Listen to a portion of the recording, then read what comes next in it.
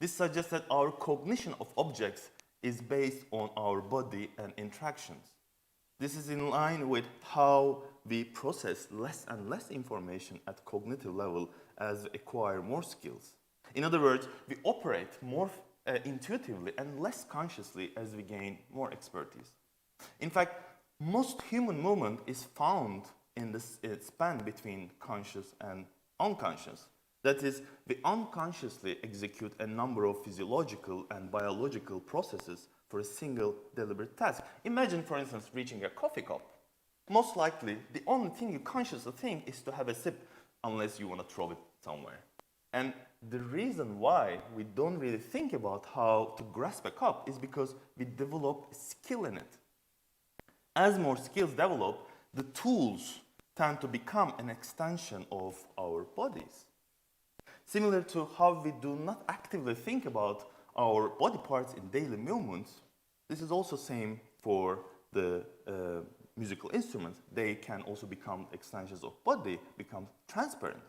Also, it is suggested that our skill acquisition is often based on proprioceptive relationships between the musician and the instrument, or the user and the tool in general.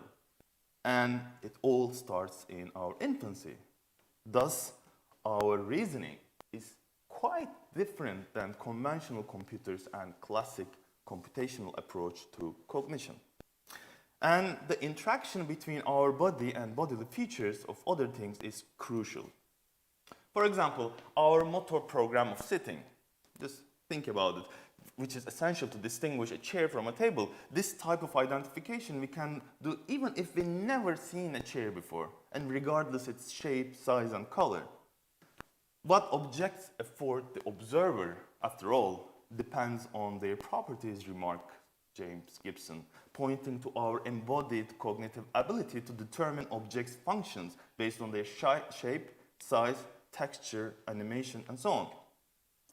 The term affordance here is fundamental in the sense of revealing a tight coupling between us, our body, and the environment. George Lakoff, for instance, a well-known cognitive linguist, tells about how you can have mental image of a chair, a table, or a bookshelf, but you cannot get a mental image of something neutral between a chair, a table, or a bookshelf. This means that categories are embodied and their meaning are based on their affordances. Remember the soul, for instance. This is a non-variant physical object, and your subjective individual needs define the perception of it. It can be a cutting tool, a musical instrument, or even a weapon. So we learn and discover the affordances through an interaction loop between us, the objects, and other people in the environment. So the coupling of perception and action is important. Because first of all, we are situated in an environment, and within that environment, our actions are directed by our goals, and they cause an outcome. We perceive the outcome of that, we perceive the feedback of that outcome in the form of multiple senses, affecting the next actions we take again, and which goes on and on as a continuous feedback loop, as in the cybernetic control system principles, actually. The empirical evidence behind it dates back to the experiments with monkeys. The discovery of these well-known mirror neurons in the macaque brain showed that both executing and observing an action lead to the same sensorimotor neuronal activity. And follow-up works showed similar results with humans too. But when such an experiment is made between different species, as in this fMRI experiment carried on between a human, a monkey, and a dog, the results show that when the observed action is common to animals and humans, there's a clear overlap between the activated areas, in spite of the enormous differences in the visual aspects of the observed stimuli. However, when observed actions are expressed differently in 3 different species, such as communicative gestures, there is a clear difference in the distribution and extent of activations. And this brings us to the second part of this lecture. Musical communication. They say music is a common language. Music communicates people. You don't need to speak the same language to communicate through music, and so on and so forth. So this is obviously a multiple dissertation work topic by itself. And I don't know, and I also don't necessarily think that music is a common language as such, but I know that, first of all, music is something we do with and for other people. Look at these pictures, for example. These reflect just a few instances in the sea of possible musical communication situations, just as how music moves us in a punk or classical concert, or the cultural ethnic traditions, gender, infancy, or just the technical communication between musicians on the stage. So in this part of the lecture, I will give some examples to show the wideness of this topic, and then focus on the embodied aspects of musical communication. But first, let's quickly check what is communication in the first place. According to Claude Shannon and Warren Beaver's famous information theory, the receiver decodes the information encoded in the message. So it presupposes a close match between the sender's and receiver's linguistic capacities, so that the shared knowledge will render information clearly. Shannon and Weaver's concept of information is not related to meanings necessarily, but mainly to quantitative and entropic aspects, which are essential to information technologies.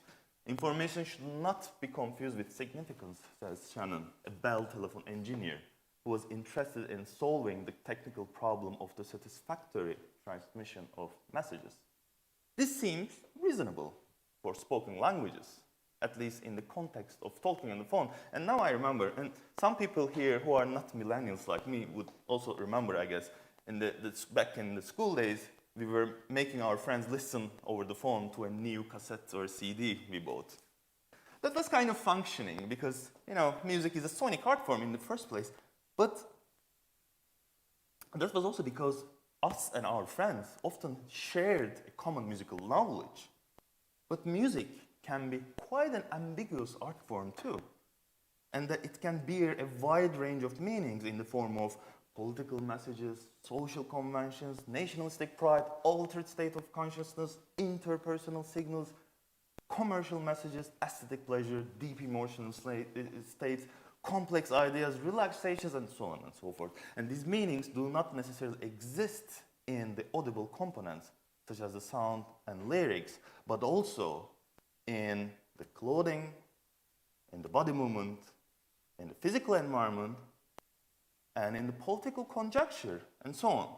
So, as such, Hargreaves and colleagues define musical communication as ranging from an infant's response to its mother song, or the beginning attempts of an elective mood to move in time to a rhythmic stimulus, to audience reaction to recorded and broadcast music, or to a complex group improvisation involving interactions between performers and audience, as well as to talk about music like I'm doing right now.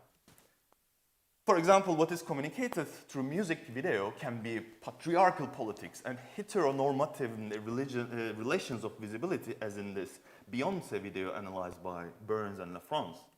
Or religiosity together with heavy metal, for instance, can create an unorthodox translocality between the North Europe and South America, such as the videos of this Finnish Christian metal band being uploaded on YouTube with Portuguese subtitles. Or music's auditory streams can be parsed and communicated via different representation forms, such as audio form in the time domain, or spectrogram in the frequency domain, digital audio, sheet music, and also motion capture of dancing motion, for instance. Or musical communication can be observed by measuring how performance of a string quartet and their listeners respond to changes in expressivity and musical structure during a classical music concert. This study by Laura, Alexander, and Bruno showed that violinists, for instance, have more arousal levels when they're first violinists in the quartet compared to second. And see, for instance, how the first violinist's failed page turn caused a sudden increase in the pupil diameter. So this study, for instance, confirms that the mental effort and arousal can be tracked using motion capture technologies.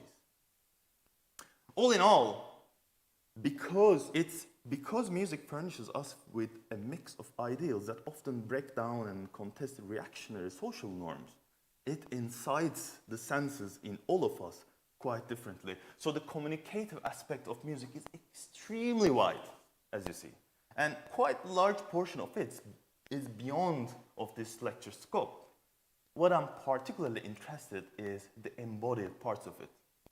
Now remember how we usually follow a flying mosquito using multiple senses at the same time, and also in music, we often do the same thing.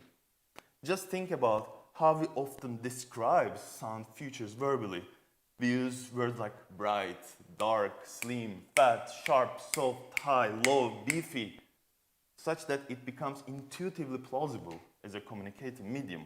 And thinking about all these origins in the body, it all starts in our infancies. By the age of 5, half of your neurons in the brain, which were around, I don't know, like 100 billion or something, with the quadrillion connections maybe, die, and the rest structure your brain. So the first 5 years of your life is quite crucial in terms of your cognitive development. And this is why I just want to give you a brief overview of how infants start interacting with sounds and objects. At a very young age, infants are already able to capture many features of the auditory events in their environment. As Scavio and colleagues explain, these infants' sensitivity to melodic, rhythmic, and harmonic structure can be stunning. However, what's even more stunning is that human infants are not just passive receivers. They are often observed to spontaneously and deliberately generate music-like patterns, developing new rhythmic or melodic structures. And on the motor side of their development, after 6 months of age, better grasping abilities develop rapidly into more directed reaching and grasping behavior. Interestingly, the development of these more sophisticated behaviors appears to coincide with the emergence of the infant's ability to predict the goals of the actions of other people involved in similar activities. And remember the mirroring neurons. They reach for, grasp, and manipulate objects in their environment as soon as they develop adequate motor skills. In doing so, they also encounter the sound properties of the objects at hand, which may offer further opportunities for exploration and for developing new types of action.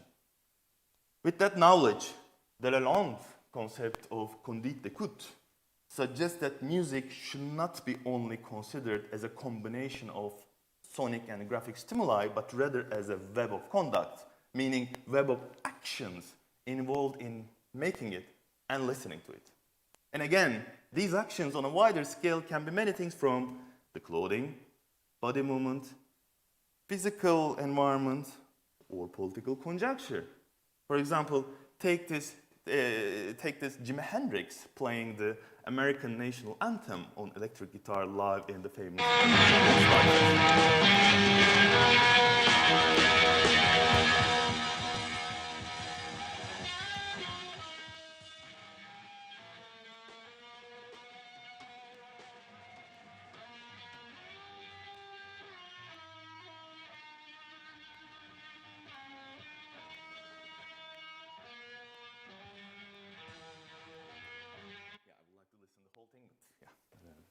problem with time. So in his Ways of Listening book, Eric Clark suggests an ecological listening framework beyond mere signal-based perception.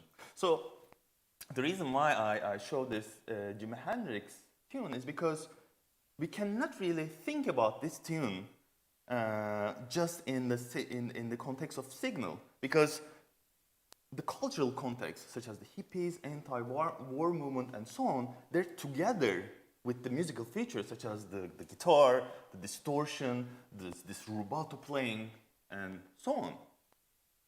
So Mark Lehman, in his well-known book, Embodied Music Cognition and Mediation Technology, proposes an embodied model of musical communication built on the core idea of musical intentionality.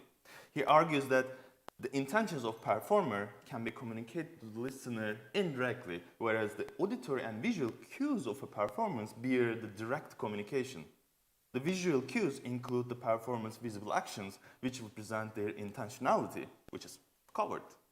Now, remember the action-perception loop I mentioned earlier. According to Lemann's model, that is, this loop is represented through an internal loop between the mind and the body. And both action and perception follows each other regardless if it's the performers or the listeners. So through this kind of continuous interaction, we learn to predict future situations. When you see a performance like this, for instance, without even hearing it, you can get the physical sensations of a head-banging heavy metal guitar riff, a way of sense-making that is also grounded in a fairly obvious cultural context with the clothing, hairstyle, and so on. Or take this example of air instrument, for instance. It should not be that hard to imagine the kind of instrument and sounds can be associated with it.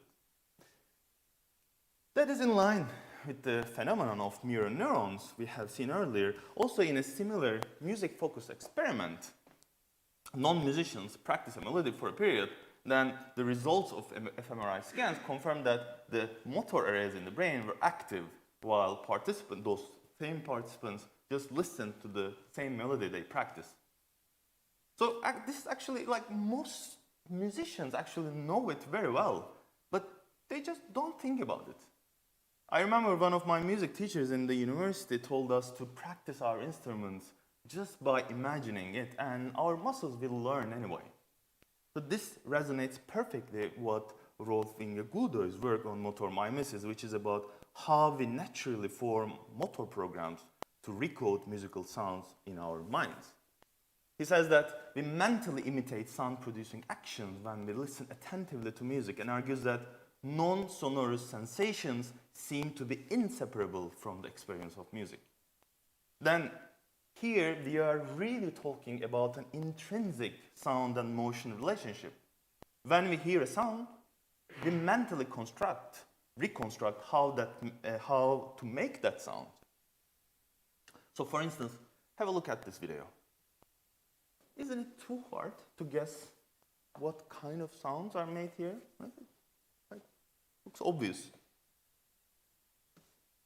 Such as this sound, maybe?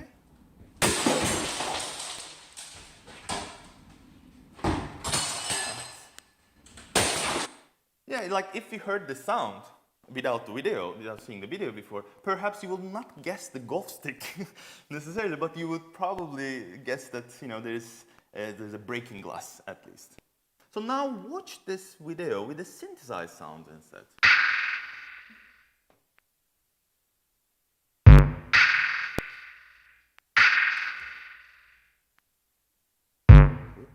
So on one hand, it doesn't give the same feeling. It doesn't sound like glass exactly. And some environmental sounds are missing, so it fails in some levels of the ecological listening I mentioned. But on the other hand, there are some aspects that make sense too, right? The reason is that we have some physical constraints that make certain physical aspects common among pretty much all human beings in terms of motor control and perception. Oops. What? Right? Technical things? What's going on? Yeah. So, for instance, Alexander's work on action-sound couplings and relationships tells us about that, such as how the act of producing sound influences the way we hear, because we all abide the same laws of physics. Whereas electroacoustic musical instruments are based on the creation of action-sound mappings, which may not always correspond to each other. This brings us to the concept of sound-producing actions, or more generally, music-related motions. Again, Alexander and colleagues suggested dividing music-related motion into 4 functional categories: sound-producing, like hitting the string; sound facilitating, like raising the hands to prepare for a fortissimo playing; or sound accompanying, like body sway while playing with the rhythm, like entraining; or communicative, like, for instance, turning the microphone to the audience or signaling the main melody. Also, one type of music-related body motion can have multiple functions, and here, for instance, only communicative be categorized as gestural by definition. The others can also be considered gestures, but only if there is a meaning-bearing component expressed by the performer or experienced by the perceiver.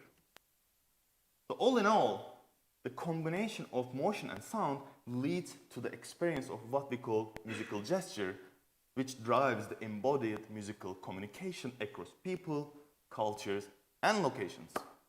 And now, remember that video I showed earlier with the synthesized sound. As you see, what makes sense here is the dynamic shape of the motion and the sound matches somehow, as in this figure. In other words, if the energy envelope of the sound we hear somehow matches the motion we see, then we make sense of it based on the physical constraints of our bodies and the laws of physics at large. So this brings us to the third and final part of this lecture, musical sense-making and the extent to which it has its origins in the embodiment. When I hear sense-making, I immediately remember my mom, who is an artist and fashion designer and who's here right now, once visiting me years ago in my home studio. And one evening, she was sitting next to me while I was working, and what I mean by working, I was soldering a circuit of just another noise box before a gig. I was aware that she was carefully watching me and what I was doing and trying to make sense of what she knows about me, what I was doing there at that particular moment, and in general, what kind of music I'm, dealing with. So she looked at me and was like, well, if you were going to do all these math professor stuff like soldering things and so on, why you didn't just go to an engineering school or something instead of conservatory? Well, that's another story, but after I was done with the soldering of that toy, I showed it to my mom, and some magical things happened.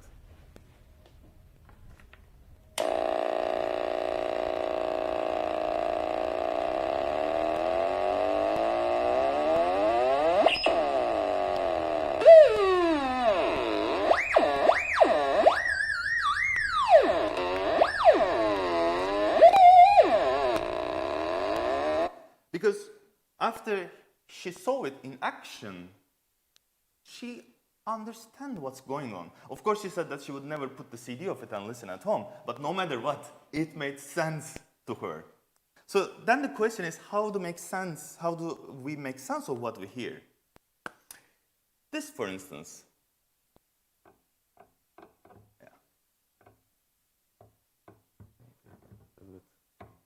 Does it? Yeah.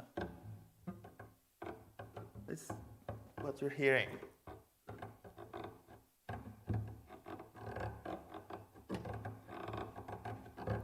Does it make sense? Or what does it mean? If it makes sense or not. In sense making, I feel like there's something strongly related to familiarity, to how much we know about what we hear from before, or how much we understand its affordances, like if we can dance to it, or does it click a mental imagery? So, an important dimension may be similarity. Then, according to Mayer, for instance, two musical themes are similar based on some primary and secondary musical parameters, while melody, meter, and harmony build the musical syntax, and thus are the primary parameters. Dynamics, tempo, articulation, timbre, and so on are of secondary importance. This is a common perspective of many music theorists, from Leonard Mayer to Schoenberg and Zwiewowski. This may be reasonable in terms of tonal music from a music theoretical approach. However, it is prone to some errors in wider context of music cognition. As such, music cognition studies on music thematic and motivic similarities commonly contradicted the above music theoretical understanding. This, for instance, Eaton and Grano, they say that their results seem to problematize these theorist notions of the hierarchy of musical dimensions. Also, Lamont and Dibben says that there's no evidence to suggest that listeners are using thematic or motivic similarities. Actually, they prioritize the more surface features, such as dynamics, tempo, articulation, timbre, and so on.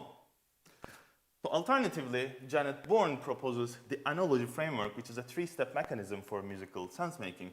First, we retrieve or determine the sonic features and elements that are familiar to us, that we know from before. Then we make some kind of mapping between what we are hearing at the moment with what they remind to us. and between old and new. And finally, we evaluate this mapped relationship. So if we listen to the same sound again, so according to this framework, it works like, kind of sound like a squeaking door maybe, or walking, or pulling something heavy on an old wooden floor. But maybe, it also sounds like quite in control. Like, it doesn't really sound that random, right?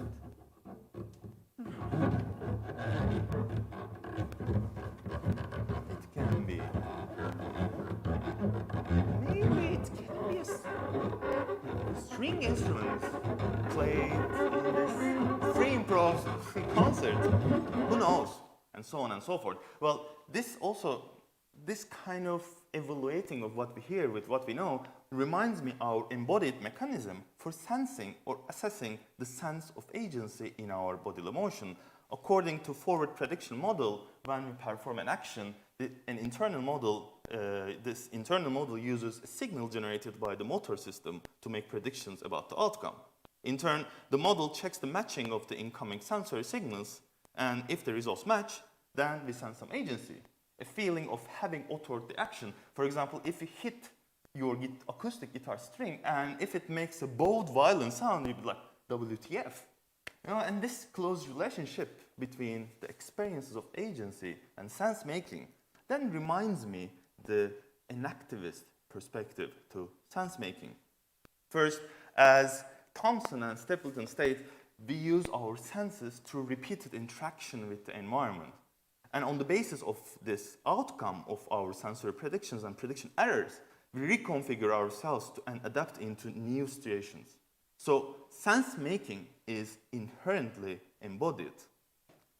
Then sense-making is an action word, says Ray Brook. It entails an active stance toward the process of dealing with music. And it's not only when we perform, but also when we listen to it. Then Ray Brook reviews prominent definitions of sense-making and translate them into the realm of music and report all these insights through four main characteristics. And interestingly, among them, the first one is particularly thought-provoking because he states that discussions about sense-making commonly refer to the concept of agency by using words like construct, enact, generate, create, invent, imagine, originate, and devise rather than words like react, discover, detect, became aware of, comply with, and so on. So, as said in the beginning, we actively make sense, as the name suggests, and not really find a meaning passively. The other three characteristics were having a common sense, the categorization, which can be problematic with another discussion, and the first-person experience of it. Then again, remember these pictures, for instance. On one hand, it doesn't make sense, of course, but on the other hand, it does somehow, because it can evoke similar physical sensations regarding our previous encountering with slugs, if we had at all.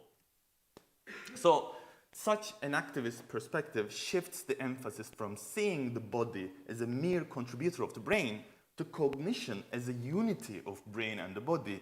It sees the cognition as a form of sense-making in the first place. It asserts that living body is a cognitive system itself, regardless if that living body incorporates a nervous system even, such that cognition depends upon kinds of experience that come from having a body with various sensory motor capacities. These individual capacities are themselves embedded in a more encompassing biological, psychological, and cultural context. In other words, the regulation and control of cognition are determined by its biological structures. So according to an activist, as Scavia and colleagues states, the emergence of human musicality may be best understood by referring to the unique, adaptive, and self-organizing and creative ways infants explore and interact with the possibilities for action afforded by their sonic environment. as opposed to traditional views that describe how pre-given genetic developmental programs respond to environmental stimuli. Music-related activities emerge in infancy through active processes of corporeal engagement with the world. Okay, so I'm in the end of my lecture, but just like to show just a few examples before concluding it. First, I want to show you another study by my colleague Laura, which show how duo musicians use visual interaction with each other, particularly when there is some kind of ambiguity in timing.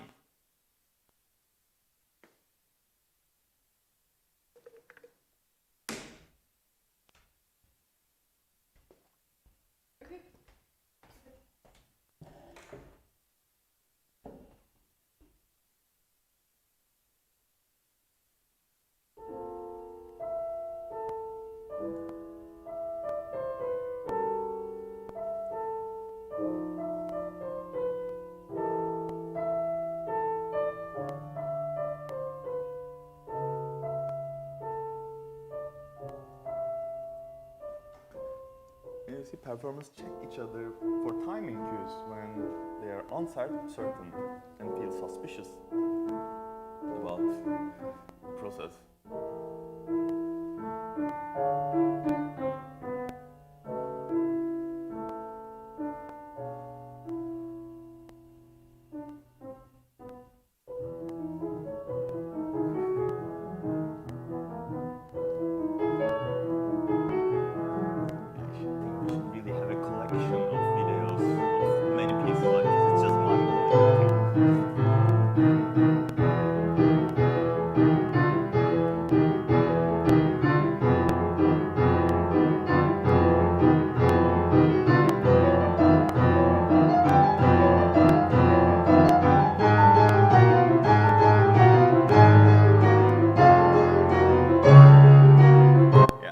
Show the entire video, but for instance, another interesting thing with this video is players look each other when there's an ambiguity, but also they tend to look each other more when they're playing very easy parts that they're very confident with. So we want to look at each other when we play together. That's kind of the take of it. Okay, so, and please listen to this thing.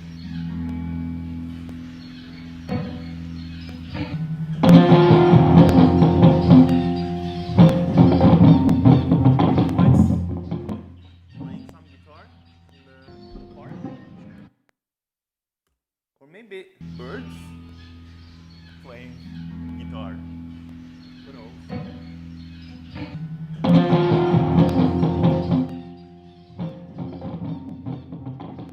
Yeah. Okay, since we're doing with the timing, I'm just concluding. Well, musical communication is a multi-dimensional phenomenon with both low-level motion-related aspects as well as high-level meanings, such as cultural, political, and so on. And sense-making implies action and agency and the interactional continuous process or a combination of processes from the micro scale of a bacteria that autonomously enacts in the milieu of a sugar to higher level abstract social processes of human beings. Sense-making can be seen as an ongoing accumulation of sensory experiences yielding our or the bacteria's understanding of what the world is like. An embodied cognition or the embodiment provide the necessary tools for understanding music communication and sense-making, which most of the time happen to be cruising on the boundaries between conscious and unconscious.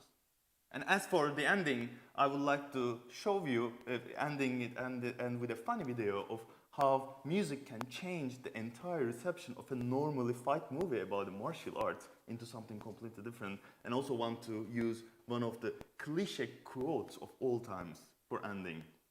Follow your heart, but take your brain with you.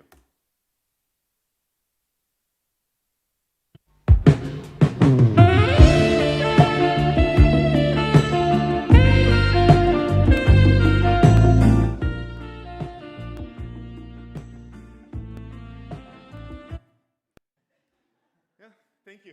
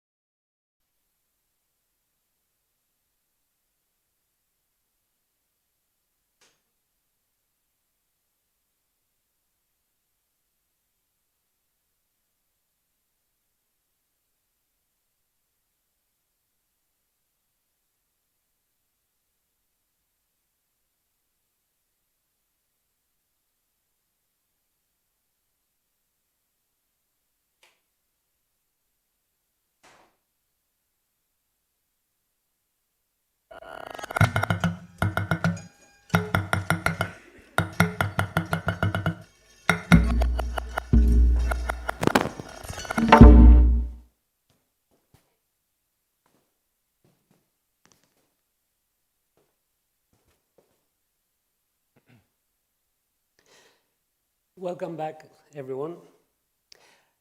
On the 2nd of November 2021, Master Çağrı Erdem submitted a thesis entitled Controlling or Being Controlled, Exploring Embodiment, Agency, and Artificial Intelligence in Interactive Music Performance, and requested permission to present it for the degree of Philosophia Doctor of this university. On the recommendation of the Department of Musicology, the Faculty of Humanities appointed the following evaluation committee. Professor Gascia Ouzonian from Oxford University, Professor Palle Dalstedt from Chalmers University of Technology, and Professor Jonna Vuoskoski from the University of Oslo. Professor Vuoskoski served as the coordinator of the committee. On the 16th of February of this year, the evaluation committee reported that it had found the thesis worthy of being defended at a disputation for the degree of Philosophia Doctor. Earlier today, the candidate gave a prescribed trial lecture on the following topic: Embodied Cognition as an Approach for Understanding Musical Communication and Sense-Making. The trial lecture has been found satisfactory by the evaluation committee. Now the candidate will defend his thesis in public. The first opponent in the disputation will be Professor Gascia Ouzonian, and the second opponent will be Professor Jonna Vuoskoski. If there's anyone present who wishes to speak as an opponent ex auditorio, they should let me know before the second ordinary opponent is called upon to speak. And for our digital audience, you might also let us know by pressing the raise hand button. And may I kindly ask everyone to please turn off any mobile phones or put them in silent mode. I now call upon the doctoral candidate, Çağrı Erdem, to come forward and give his introduction. The floor and the screen are yours. Thank you.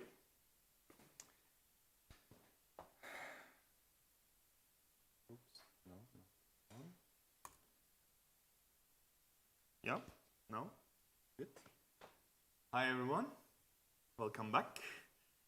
And also, hi, everyone who just arrived here in person or tuned in from somewhere out there in the internet. I will now briefly summarize my PhD dissertation, which is titled Controlling or Being Controlled, Exploring Embodiment, Agency, and Artificial Intelligence in Interactive Music Performance. This dissertation and my research at large, and also my artistic practice, are about real-time sound and music control between human performance and artificial agents, which I describe as shared control. I have explored such shared control in this dissertation through developing interactive systems based on 4 control strategies: an instrument controlled by 2 performers, an air instrument with a chaotic control, an air instrument model based on sound actions on guitar, an audiovisual instrument controlled by a musician and a virtual agent, which span some key concepts that I have grouped in 3 parts. In the first part, I introduced the use of feedback in noise and experimental music, followed by a discussion on cybernetics concepts. Then I mentioned some avant-garde composers who questioned the authorship of their music, leaving many or sometimes all the outcomes to chance. The following section show how artists used human bodies as generative machines, which inspired me to discover unconventional control paradigms, and particularly the concept of uncertainty and surprise. Then follows a section on musical artificial intelligence, its history and concepts. Here I talk about AI as a tool and distinguish AI from their use as tool to their use as actors, and review the prominent techniques. Then I review and categorize the musical agent systems, where my review shows that most of such systems often don't use embodied interaction. Then the chapter closes with a musical embodiment. Here I review significant developments and directions in AI and cognitive sciences through the lens of embodied cognition. I clarify terms such as motion, force, action, and gesture. This is important both for developing and understanding AI and agency from an embodied perspective. Finally, I discuss agency from the perspective of the self. Here, central topics include causality, sensory motor information, perception action loops, and action sound relationships. These incorporate close links to kind of artistic and musical vision I have referred to since the beginning. But first of all, what is my main motivation? In one sentence, I believe that diversifying artistic repertoires in music making is crucial for the future of music. As a noise artist and musician, I'm inspired by John Cage's famous The Exploration of Non-Intention. Then I started to think how machines could be given more initiative, and my research objective became clear: collaborative control among, be it human to human, human to machine, or machine to machine. An analogy for that can be two persons playing the same guitar. But here, I'm particularly talking about embodied control, which brings me to my overarching research question. How can embodied perspectives be included in developing musical agents for interactive performance? Meaning that, how can artificial agents track, process, and interact with the human body? Starting from there, the main research question can be broken down to three sub-questions. First one, what are the relationships between action and sound in instrumental performance, and how can such relationships be used to create new interactive paradigms? Well, as a guitar player, first of all, I'm particularly fond of using force and muscular exertions, for instance, while bending a string or playing different dynamics. So would it be possible to explore similar force-related control in an electronic system? As this is an article-based dissertation, I investigate this and the following questions throughout a number of papers. Paper 4 presents statistical study and data collection with guitar players. In doing so, paper 2 provides theoretical support by clarifying the basic terminology of music-related body motion and drawing up some perspectives of how one can think about gestures in ensemble performance. Then the second sub-question is, what can AI offer for the action capabilities in interactive systems? To answer that, paper 1 presents a shared system for a musician and a dancer. Paper 3, a muscle-based air instrument with a number of generative algorithms used in control structures. In paper 4, a model of force-sound relationships on guitar using deep learning. And paper 5, a generative model architecture for an improvising virtual agent. And then my last sub-questions, different from the other questions, embarks upon performers' agents' experiences. And for that question, paper 1 investigates the experience of shared control between two human performers. Paper 5 discusses two expert musicians' feedback about improvising with a virtual agent. And paper 6 reports the result of an online study of how much visitors engage with an interactive widget. This is a truly interdisciplinary dissertation that encompasses a number of disciplines in which the creative work is inseparable from the analytic. And in the dissertation, chapter 1 introduces the research motivations and questions. Chapter 2 introduces an extensive literature review. Chapter 3 is the methodology section, followed by a summary of the papers and related works. And in the final chapter, I discuss the outcome of research questions and general insights. My methodology in my research can perhaps best be described as iterative prototyping between literature review, observation studies, experiments, design, development, prototyping, performance, and evaluation. Here, see the variety of methods and tools I used in this dissertation, which I have grouped under specific categories. In the following, I will provide a summary of the papers that build around these 4 projects. Okay. Paper 1 presents an interactive system for the co-performance of a dancer and the musician. Unlike many interactive dance systems, the musician and the dancer control the same musical parameters. Here, we use muscle sensing to capture dancers' micromotion using the Maya armband. And to capture her breathing, we use a headset wireless microphone to capture the breathing in the form of audio signals. This piece has been performed on stage 3 times so far, and the evaluation focused on self-reports of the performers. For instance, according to musician, dancer, and the computer together felt almost like an intelligent instrument. Such a hybrid setup provided the dancer with a new type of body. See, for instance, the kind of imagery that sonic interactions evoked for the dancer. Both performers also emphasized strongly the surprise component. All in all, this was an embodied performance cruising on the limits between intentional and unintentional. This project opened for further exploration in papers 3, 4, and 5. Let's see a little excerpt before proceeding to paper 2.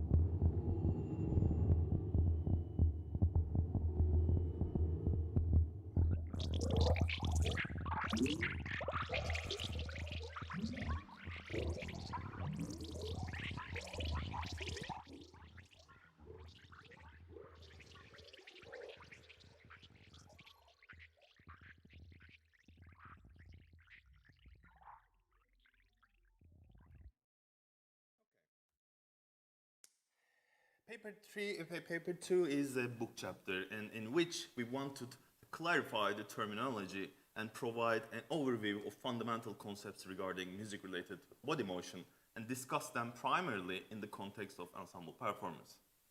First, we elaborate on how motion, a physical term for displacement, becomes an action, a rather psychological constitute.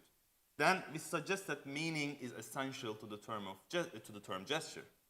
In the second part of the chapter, we discussed 4 fundamental dimensions of music ensembles that critically affect musicians' embodied experiences. This chapter constituted an important aspect of the theoretical development of this dissertation work.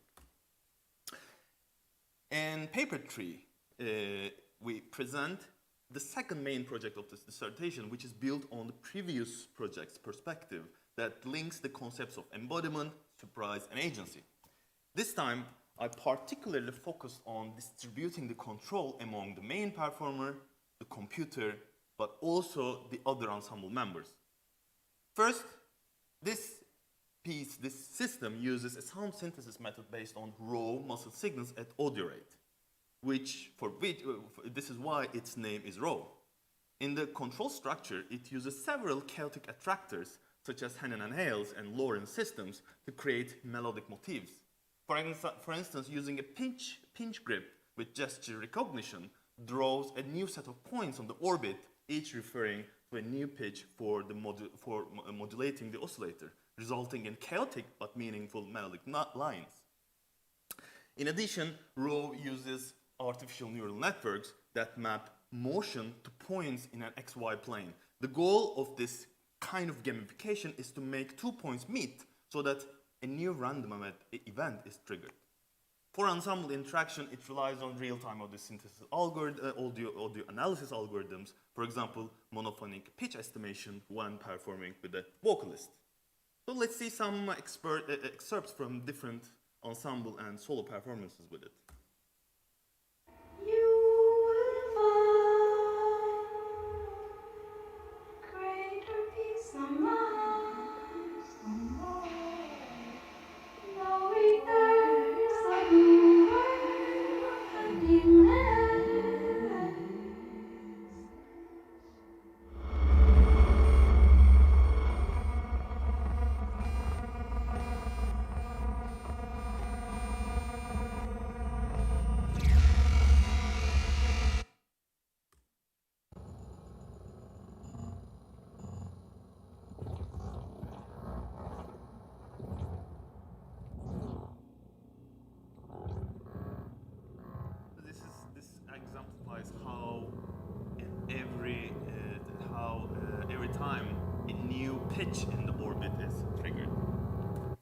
And another example, this one with visuals and also using a different sample-based synthesis.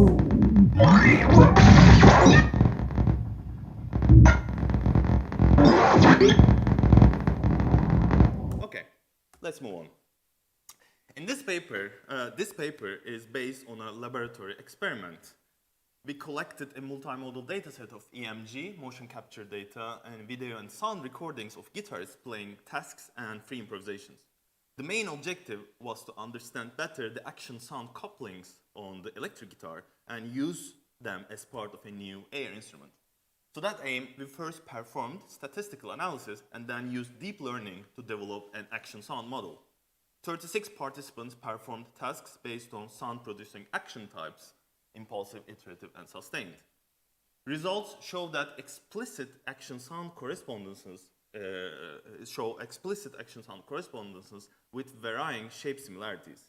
We found that stronger dynamics led to brighter sound. Also, easier tasks had better correlation, while harder tasks resulted in worse, such as when playing the iterative task. Thus, we argued that complex rhythms yield unique bodily patterns. Then we used long short-term memory LSTM networks to model the relationships between muscle exertions and sound, and compared 9 model configuration to find out how much latency these models are subject to. Our results show that the models could predict audio energy features of free improvisations on guitar, relying on solely these 3 basic motion types, but with a critical amount of latency. So let's see an excerpt from the offline sonification experiment.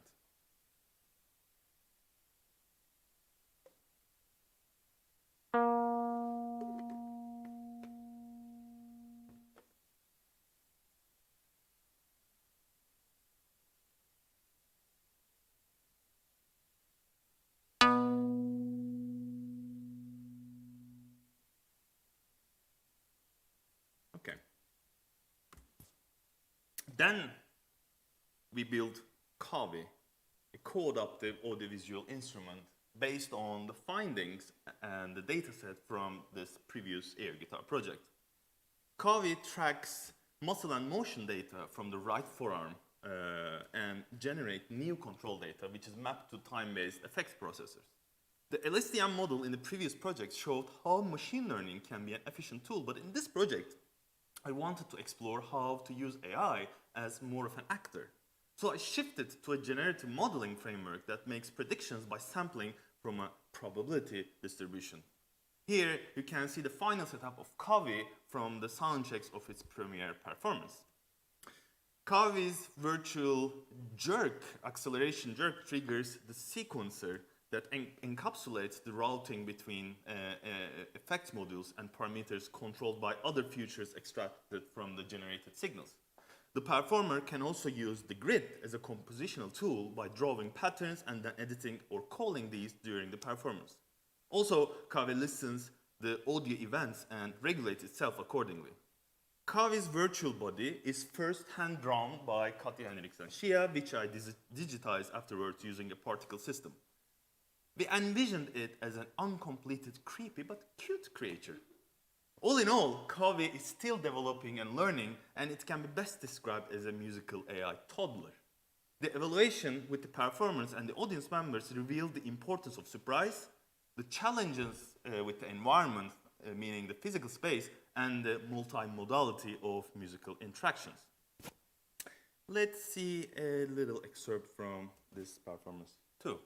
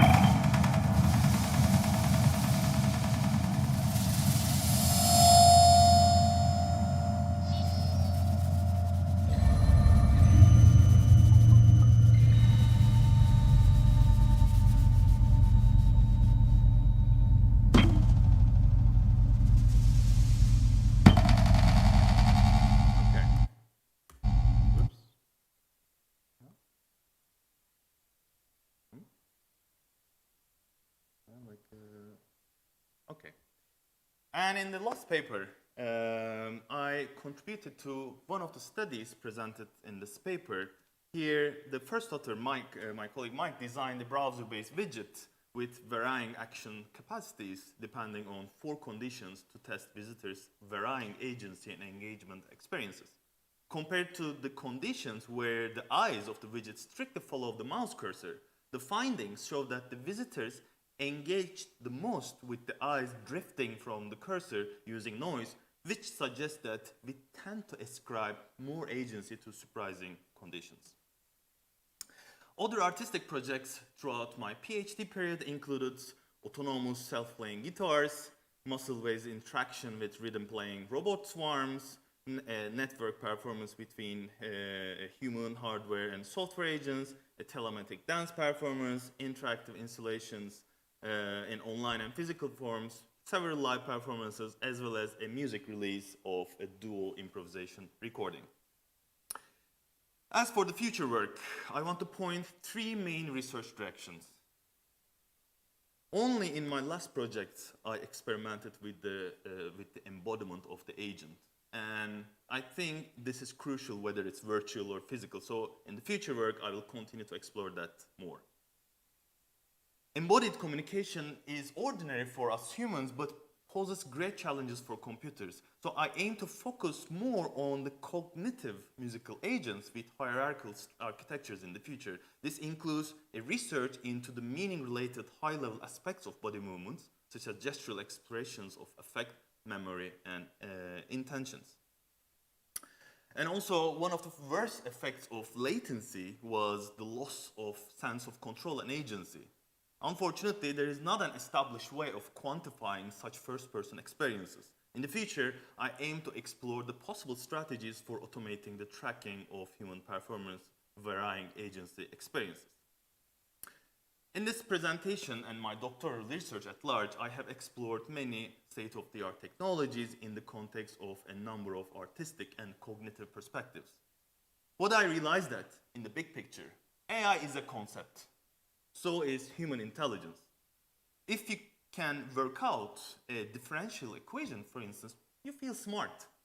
What about when you can predict how someone you know will behave in a particular situation? Or when you can foresee what your bandmate will play in the next phrase, then do you feel smart too?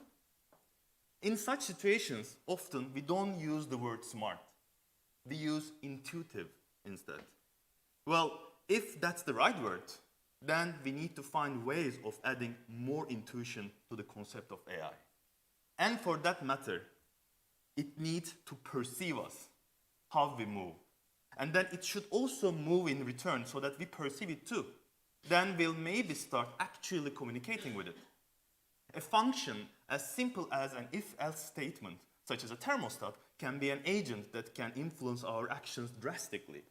Or it can be an extremely sophisticated one, but it can create unrealistically real paintings or compositions based on our few words as prompts. It will most likely keep impressing us more and more in the years to come.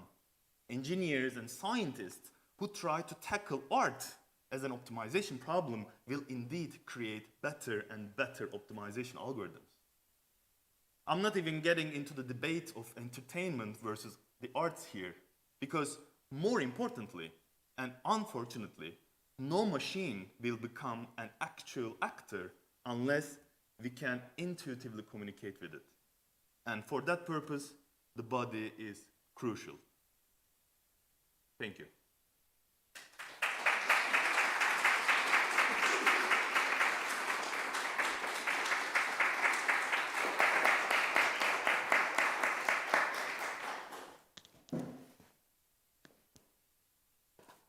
I would like to thank the candidate for his lecture. We'll take a short break to prepare the first opponent's presentation, and let's meet at 1 o'clock again. Thank you.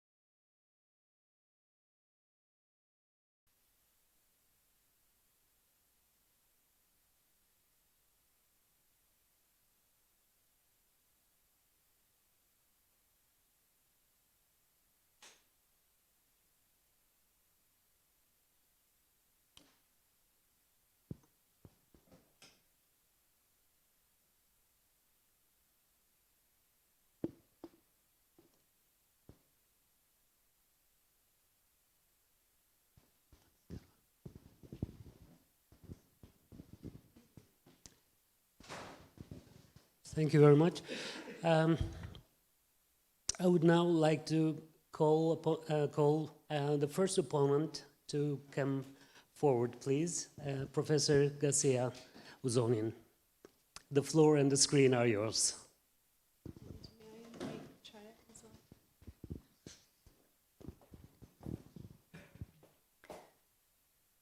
Thank you. And I suppose I'm speaking into this microphone. And is this microphone also okay?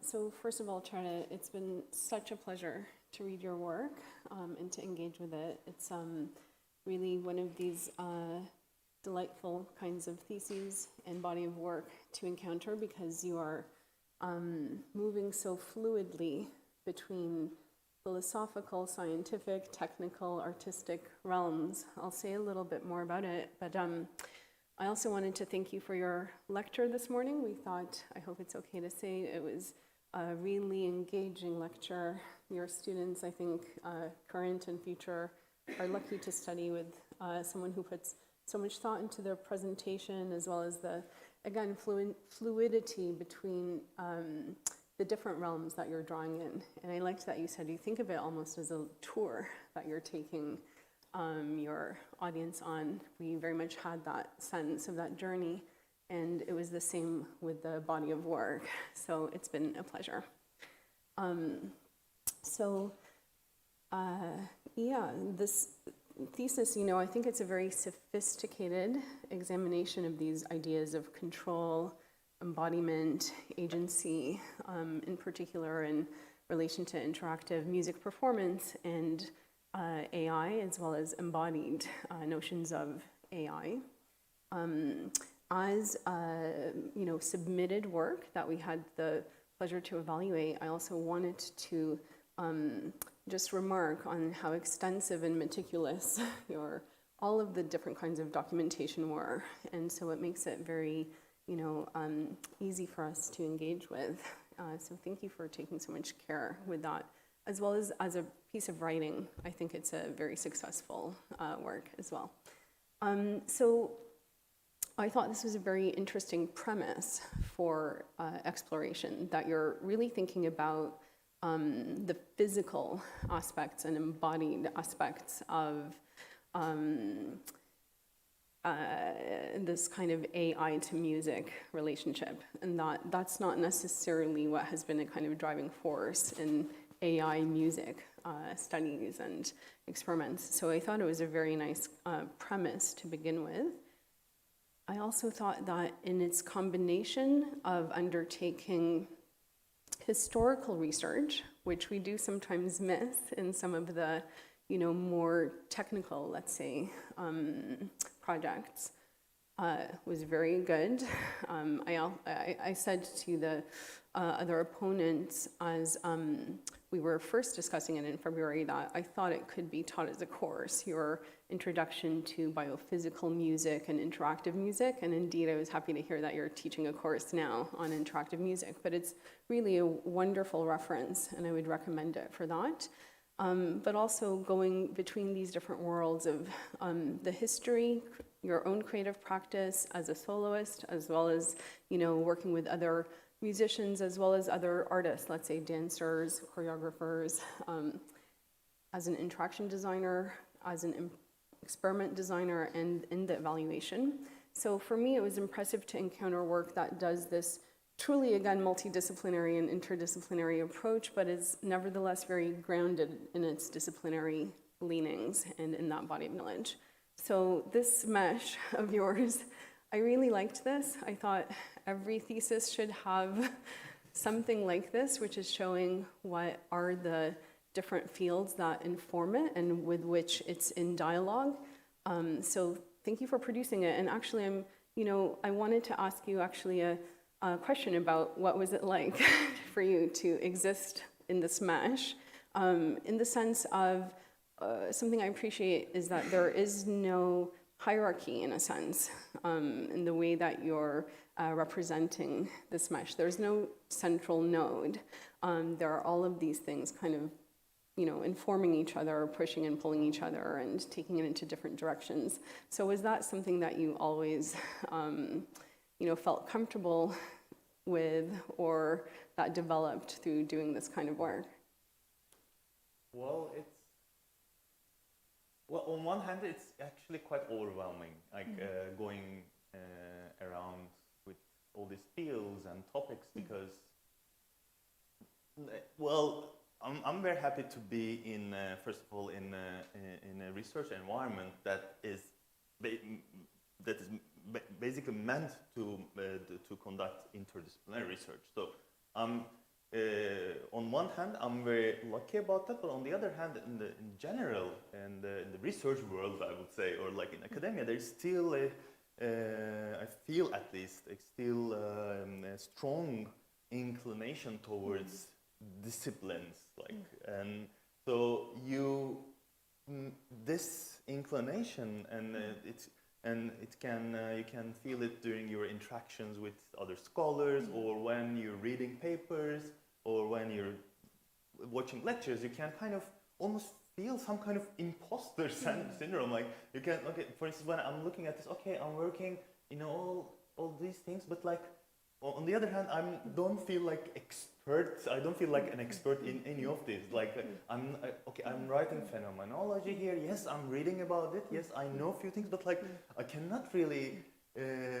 show off to a philosopher, about that. For instance, today in the lecture, I was telling few things about like cognitive sciences and everything, and I'm seeing here many great faculty who are expert in those fields, and I was actually quite anxious while talking about these things. So it's, on one hand, it's quite overwhelming, but on the other hand, I always feel myself as I like to inspired by many things in the same time, and I think it very fits my character. So, and it's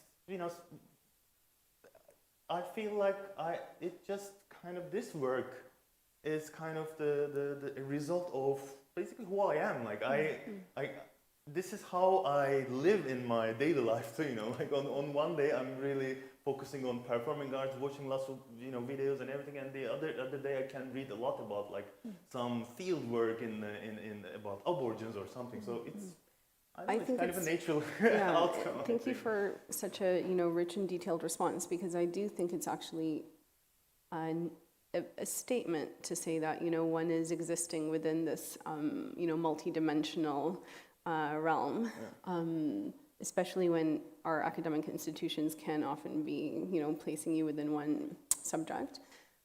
But I also appreciate the kind of voracious appetite for learning, which is underlying that, and that informs, I think, your approach, that one is always still learning. And I think that's also a part of the ethos of your practice.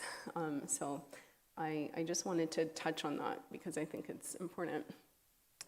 Pardon me for messing up the resolution on this, but you had a high resolution version of this. This is just to say, so we are dividing the conversation today between this first part of the disputation and then part two.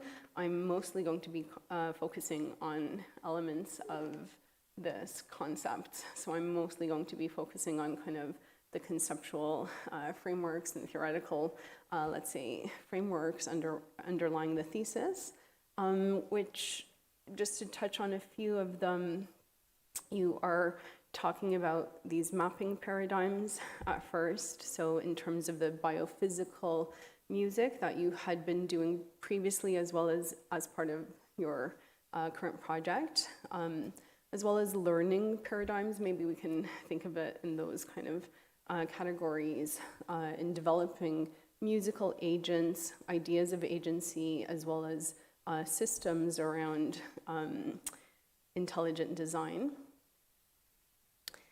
And then there is a lot on control, so control models, I would say, as well as concepts of control. So, you talk about shared control, but also things like non-control, low controllability, as well as areas of control that really also have an aesthetic underlying dimension. So chance, music, let's say indeterminacy, improvisation as well.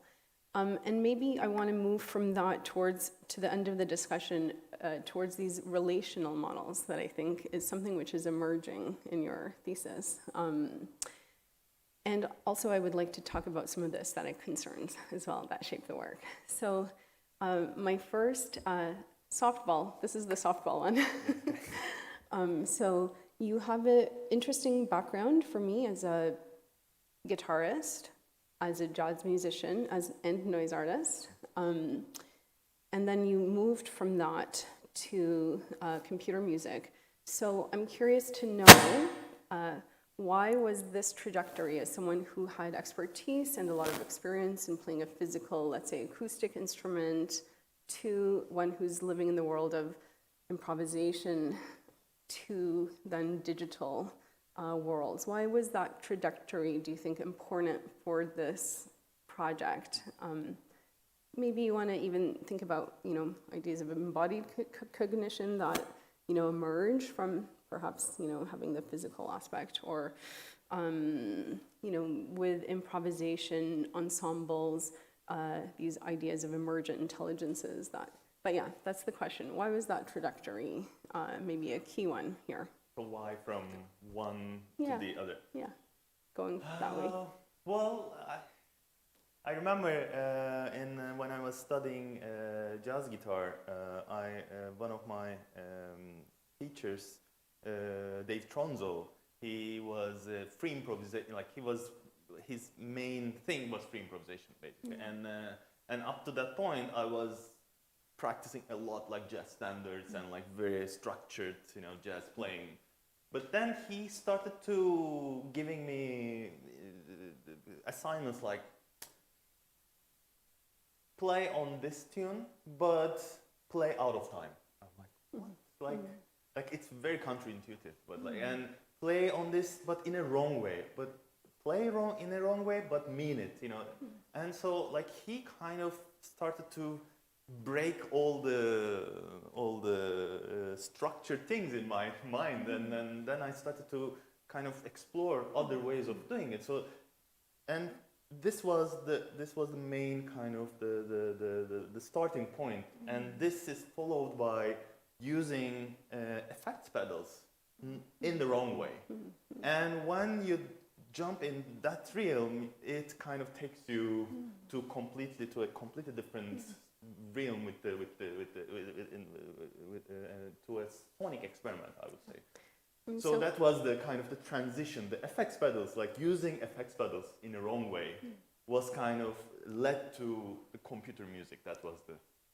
In a way, it makes perfect sense, because I think a lot of your work is actually concerned with trumping expectations, doing things that seem counterintuitive, perhaps even creating some kind of cognitive dissonance and seeing, the unpredictable and maybe unlearnable, things that emerge from that within your interaction design as well. So I think this makes a lot of sense. Before you did this work, you mentioned in the thesis that you had been developing these wearables, shirts, spectacles, wigs. I thought, I've never seen someone writing about making a wig in a thesis, so I wanted to just look at your noise wig for one moment. And today we learned that your mother is also a fashion designer and artist, so maybe there's a... Even to Alexander, I don't remember. Okay. I showed it to him. So here we go. I have a tremolo kind of stuff when I'm going to get this. Yeah, sometimes it gets stuck like this. Right. Okay.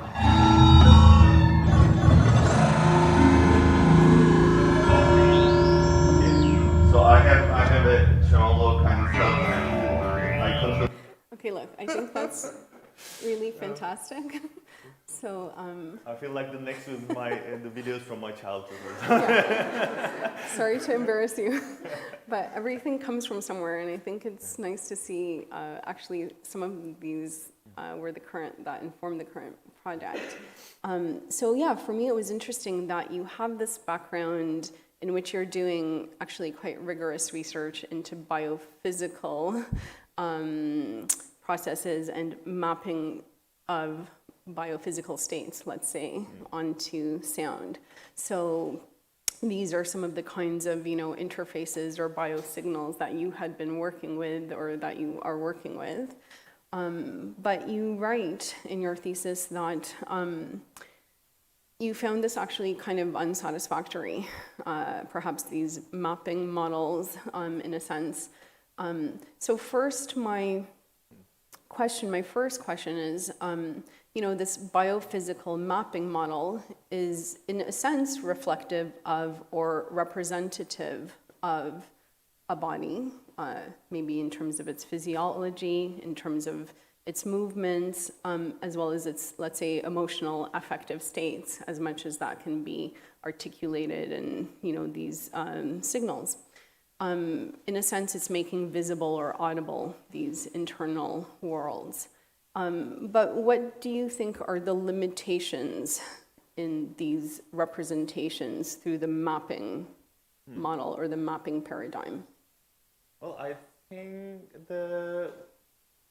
when I described as unsatisfactory, it may be a little misleading because, what I really mean by unsatisfactory is for instance, if you want to use your biophysical processes to have a precise control on things, then it's unsatisfactory because it's really different. For instance, I want to trigger a note on a certain, a very critical timing, then I would not use my muscles for that because you never know what's going to happen with. It's I've been there. I did when I first started to use the muscles as the main interaction channel. For instance, I was defining some thresholds to end the performance, and I realized that no, it's not ending because your psychophysiological status can be completely different, and it may be completely unexpected. The outcome of it in terms of signal. So it's unsatisfactory if you want to use as a precise control signal. So then in that case I would use a knob or a fader or something instead of that. Yeah, and I think you write that you also wanted to that the kind of fixed, maybe one-to-one type mappings weren't that interesting for you, which I understand because you're also coming out of let's say noise, being interested in noise are things which are much more dynamic and nonlinear. So yeah, I think, following up from that, maybe it also didn't really go far enough, that kind of action to sound mapping model in terms of questions of the body in interactive performance. So yeah, I guess my question is, what were you trying to kind of disrupt in that, in taking a different approach then by introducing artificial intelligence? The action sound map, the mapping is there are I know that in this room there that's are okay. people who And spend there's nothing wrong with mapping, decades I should on say. this, so I'm trying to be very careful about what I'm saying. But it's a very easy looking thing, but it's a kind of a lifelong. It is, yeah. Absolutely, yeah. So, yeah. I should say I was part of an ensemble, Biomuse Trio, which did do a lot of this kind of work around mapping physiological states onto sound. And I have to say we would have these 8-hour rehearsals in which we would, complete one next action, and as you said, it's still then very complicated to then go into a performance situation where those signals are not what they are in the controlled lab environment. So it really, you can have a very sophisticated and complex thing happening here as well. So yeah, I mean, maybe I'll, yeah. Yeah, but what I at least I can tell about in my own experience, in my own practice, what I realized that, for instance, I'm making a system for a performance, for a concert, for an occasion. And it works really well. It's satisfactory. I like it. People who listen to it like it. Good. And then I use the same system again. It's good. Third and fourth, and it's becoming okay. What's next? So it's kind of it's really tricky to build a practice on one system, and this is a huge topic of research.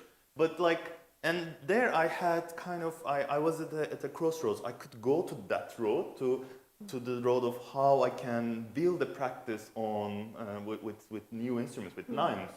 That can be one road, and the other road can be what I can do about. Maybe I can go towards a direction where I don't really need to control at all, and do something else. So I just kind of chose the other one. That's actually very interesting. Okay, I'm going to come back to this one because what you're then talking about, shared control, which encompasses actually, I think, many aspects of relationships to control,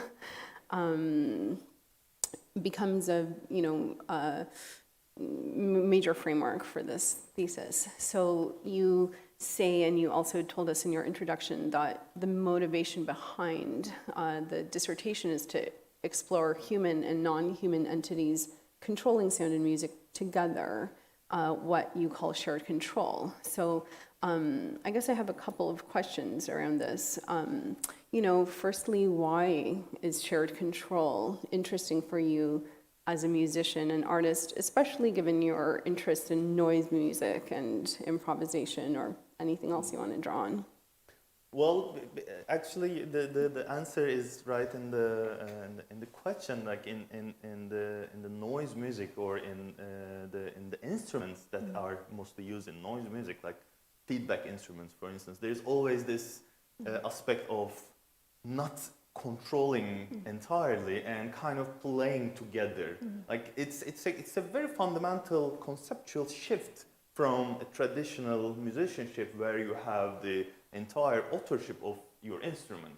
You shift to another realm where you kind of go along with it. And for instance, when you're playing a simple feedback instrument, it will behave completely different in a different environment, in a different setting. You change one thing and then it's something else. So, that's very interesting, because for me, this is again something which is, I think, implied throughout the thesis, but maybe not explicitly stated, that you're talking then about something which is much more relational, about this kind of moment of encounter, something which is much more dialogical than a kind of one-way. And so then my next question is, as someone who is designing then interactive systems that embody a philosophy of shared control, what are the challenges? What are some of the things that you're coming up against as someone who's doing interaction design within this realm? Sorry, where are? Can you repeat that? So what are some of the challenges in creating interactive systems that embody this philosophy of shared control? Well, I think especially there are a few challenges. I think the first challenge is when the shared control is when you're using a bodily signal, for instance, in a shared control structure.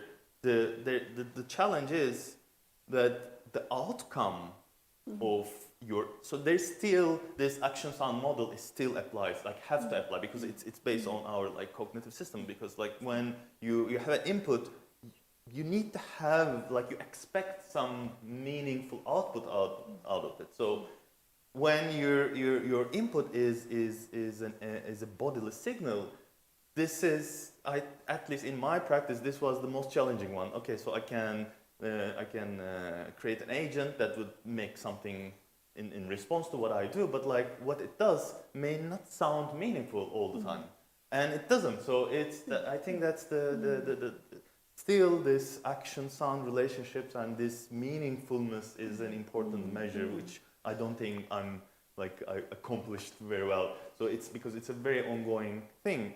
And the other challenging things, especially if you are not the one who's performing with the system, like when someone else is performing with the system, you never know that particular musician's expectations in terms of their own authorship, and especially I had it with the evaluation of one of my systems. There were two musicians, and the expectations of each were different actually.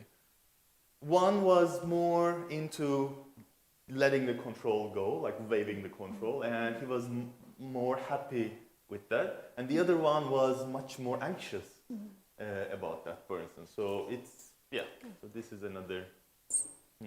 It's such an interesting, I think, set of challenges actually as a designer as well as artist to be, in the first part of your answer, you talked about how do you then enable some kind of, meaning to emerge, or like a language that is meaningful to the interactor to emerge, and particularly within these more unpredictable systems. And then to do this kind of work, which is so, different individual to individual. And something like anxiety can actually radically transform, the outcome of a system like that. So to be able to, I guess, allow for that range of possible kinds of states and interactions. But I think these are also really interesting, musical questions as well. So I guess this is a kind of overarching question about the thesis. Do you have a different idea now of shared control and its significance, what it means, now than when you started this research? I think I was much more optimistic about it, like in terms of, because like I realized that it's quite challenging, because actually this is also related to the lecture earlier. Like sharing the control is quite a multi-dimensional, multifaceted thing. Like you cannot just share the control by adding an unpredictable process in the algorithm. So on the conceptual side, you can say that it's still some kind of sharing the control, but like in terms of the intentions of the all agents, let's say, so it's a completely different story. And but I think even though I feel like I was too optimistic, I'm even more excited right now to work more on this, because I think there are lots of aspects of it to keep working on. You're going into the deeper layers.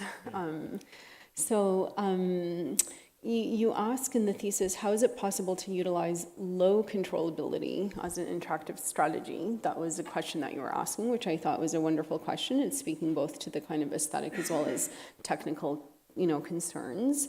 And you write that as a noise artist and musician, I was also into practicing aesthetics of indeterminacy and uncontrol. And in another part of the thesis, you give the example of the no input mixing board, and that's such a kind of wonderful example of, let's say, kind of low control interface, but that can have such rich musical interactions. Another idea that you draw into it is John Cage's idea of non-intention. And you say, that led me to ask about how machines could be given more initiative. So this is maybe a bit of a philosophical question, or my question is there a tension here between a philosophy of non-intention, so let's say as in Cage's music, that kind of philosophy of non-intention, maybe Cage and that, world of composers is also thinking about how do you take kind of human decision-making or that remove the human ego. They're also, studying at the time Buddhist philosophies. So this philosophy of non-intention, is there a tension between that and designing systems that are imagined as giving machines more agency? So almost more intention or more voice. And yeah, is that something that you were kind of thinking about? So is there a tension between these two? Yeah. Yeah. To be honest, I don't know how to answer this exactly, but well, maybe I should start from that. Like, yes, this non-intention and uncontrol, and these are very inspiring artistic concepts, but all in the same time, it's fundamentally different than from the concept of shared control, because in the shared control implies more. Like it has more kind of a technical aim, which is kind of providing the machine with more. Like, I don't want to use the word intention because it's a very critical word to use in the context of machine, but like at least more control. So this is I think it's an important area of research at like AI at large, like not only in music. So this is a little bit different than the non-control in the artistic concept. It's just more like a starting point, I would say. Okay, well, that's lovely. I mean, that's something that I think, it's interesting to think about maybe in relation to your projects, like the, practical works, the compositions, if there is this kind of non-intentionality as well, embedded into them, and if so, how. I'm not asking you to answer that right now, but it's just something interesting because I think it is a kind of aesthetic driving force for you. Yeah, and that's true. I'm gonna skip that one. This is another one that I feel almost a little bit mean in asking this, because you were writing that you are interested in these kinds of things that are informing a musical performance. So you say, a controlled experiment in user evaluation has helped create an objective distance to the material. At the same time, many decisions were based on subjective experiences of my own performance practice. So the physicality of sound, being on the stage, instincts and impulses, bodily sensations, all imbued in entwined research creation. It can be summarized as a chase after an unconventional musical expression, a notion which I still find challenging to explain. So I'm sorry to ask, since you say, that you find it challenging to explain, but I would like to know. Because actually I think this is also coming up a lot in terms of your unconventional interaction design as well, like that you're chasing this. And so maybe a way of asking that is, what are some of the conventions, and here maybe it's musical, aesthetic, or in the world of AI, or in the world of, interaction design, that your work is in dialogue with or maybe against, because you're searching for the more unconventional approach. I know these are hard ones. So. Well,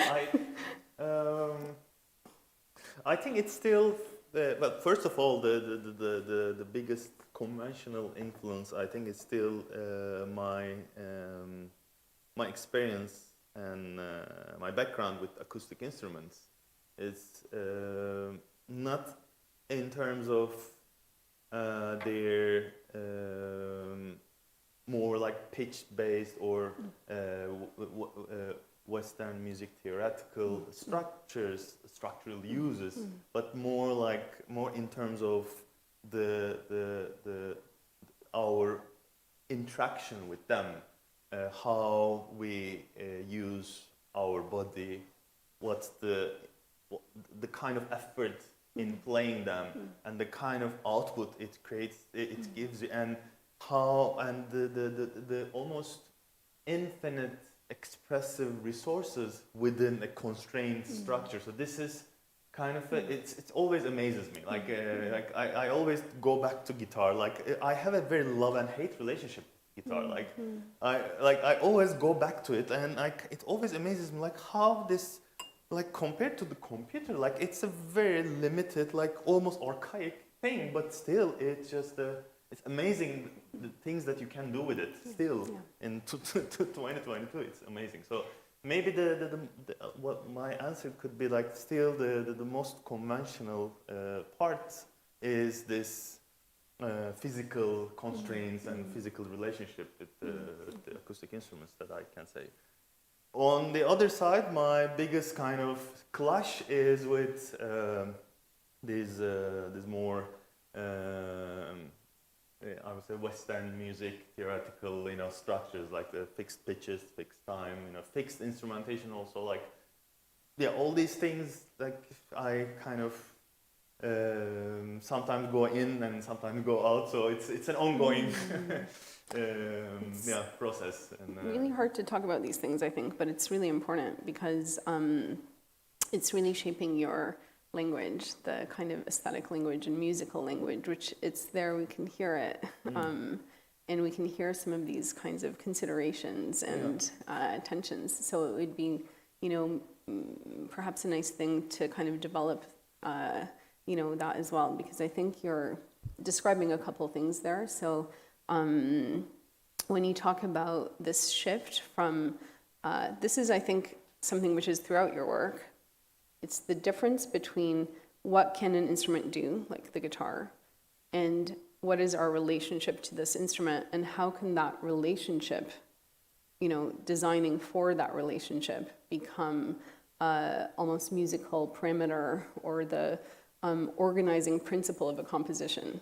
So it's a very different, it's like it sounds like a small difference, but it's actually a completely different way than of looking at it. In a sense, you're designing, I think, for relationality and relationship and encounter, and not simply like this object that can produce something, but putting that relationship under a kind of aesthetic, microscope, and saying, how can I do this, as well as then the technical, aspects of actually creating that. So I think that's a, it's an interesting shift, which has happened also in our musical languages, to think more about those relations.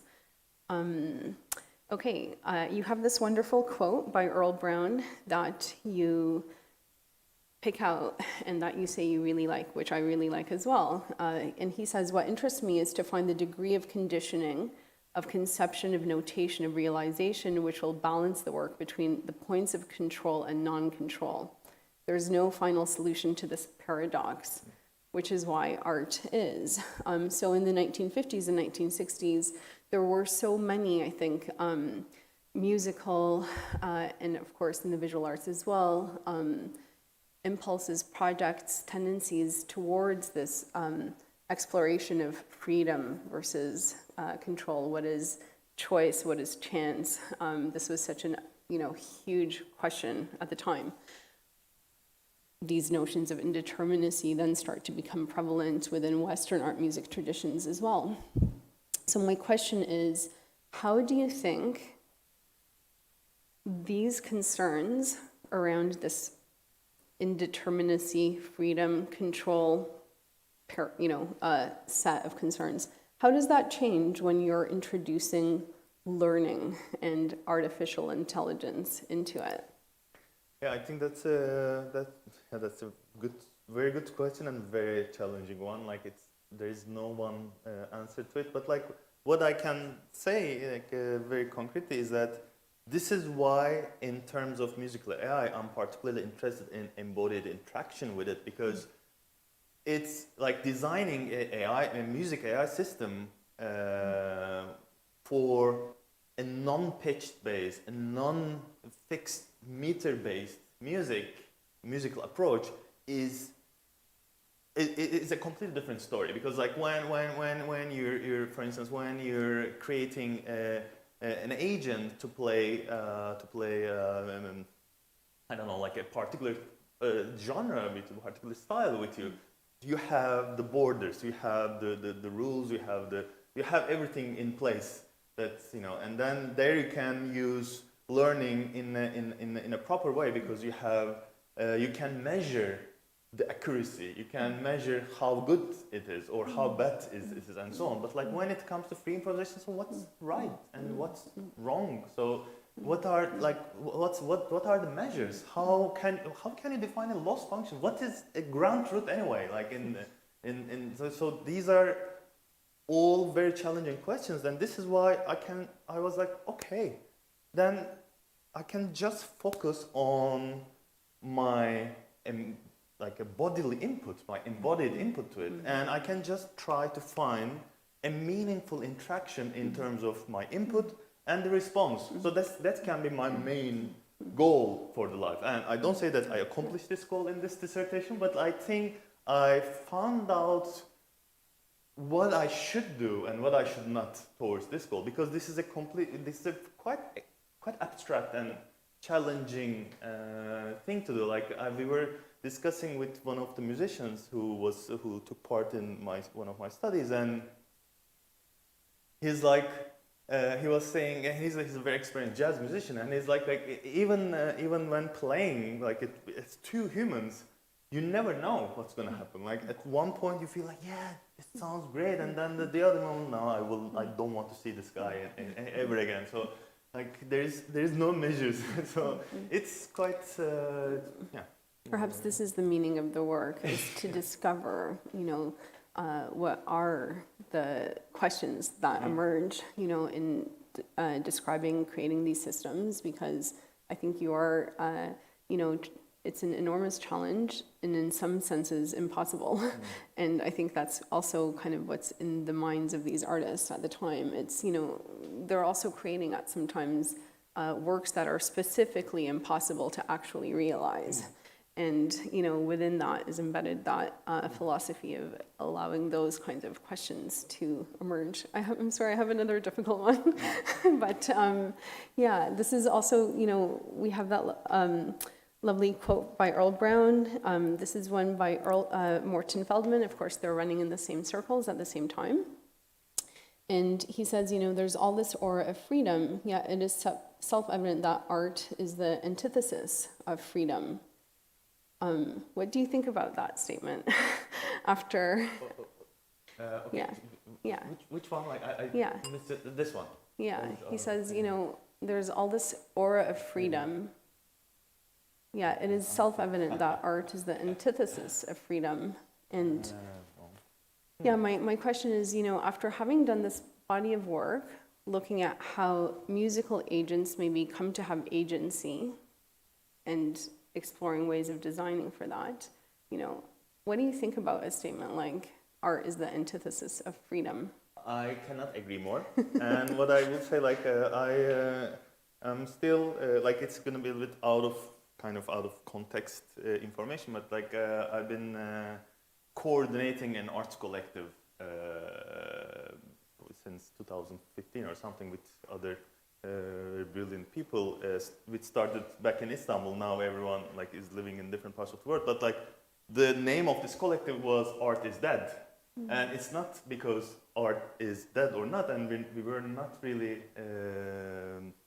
worried about that, but like the main idea was actually finding the antithesis of this antithesis. Like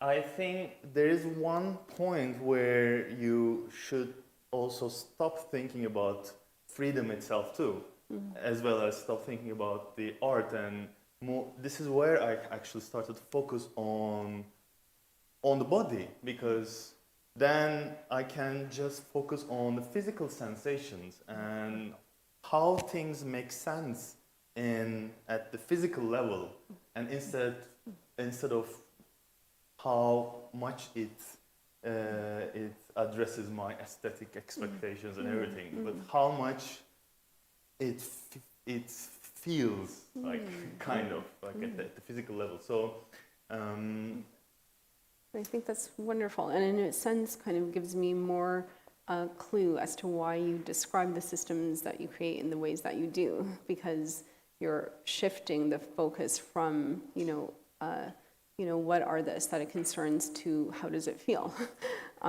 Yeah, I think Marco Donnarumma's, like, one of his works was very, I think would be a nice example here. And I don't remember the name of the work, but like it's one of his early works with the accents, and he had a very simple choreography where there are like some heavy, or at least heavy-looking rocks on the stage, and he's just pulling these rocks around with the sensors.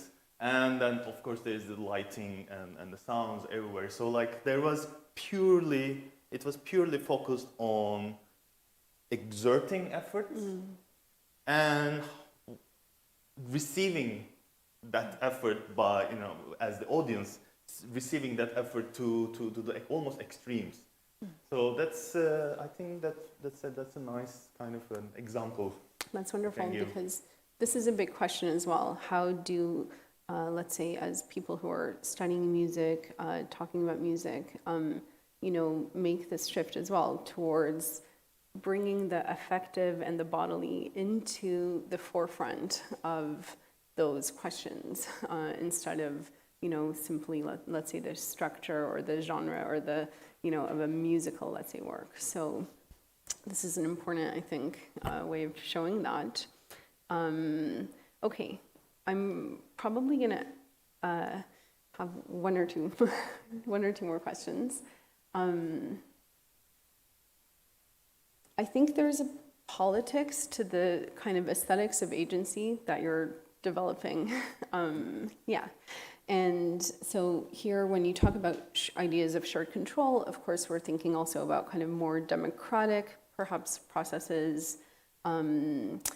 Distributed creativity, which you mentioned in the thesis. This maybe is more connected to improvisation, so enabling and perhaps privileging emergent intelligences, what will emerge, and giving space for that. There's, I think, a politics underlying that. You mentioned Stockhausen's microphonie and this idea that a performer has around a radical interdependence. Again, there's another, kind of political idea there, I think. As well as you talk about George Lewis, who is my PhD supervisor, and, this kind of aesthetics of multi-dominance that he's developing in projects like Voyager, which is also coming out of a very specific kind of socio-cultural, landscape, and thinking about his ideas about Eurocentric versus Afrocentric kind of musical approaches in that aesthetics of multi-dominance. And I'm going to just throw into this mix the idea that music is both a reflection of, but also productive of social realities. So you seem interested in the politics of control. You mention ethics in the thesis. And you have a lot of artistic references as well that have a kind of political dimension. So the Marina Abramovic, which I'll maybe mention again, the piece To Shoot in Iraqi, that is a very clear reference to a particular situation. In your talk earlier today, you talked about patriarchal systems, the kind of anti-war impulse, the heteronormative, things underlying. You talked about also this kind of web of actions that de Lalande mentions that goes from the physical to the political. We heard some Jimi Hendrix. Okay, so I think there's this thing here, but maybe in the thesis it's not, again, totally explicit. And I want to know more about the politics of control and of relinquishing control or sharing control, and in connection to music as something which is both reflecting but also producing the world. Well, yeah, you're very right. Like there's certainly a very very essential kind of political inspiration behind it, where I come from, like culturally and also like politically and everything.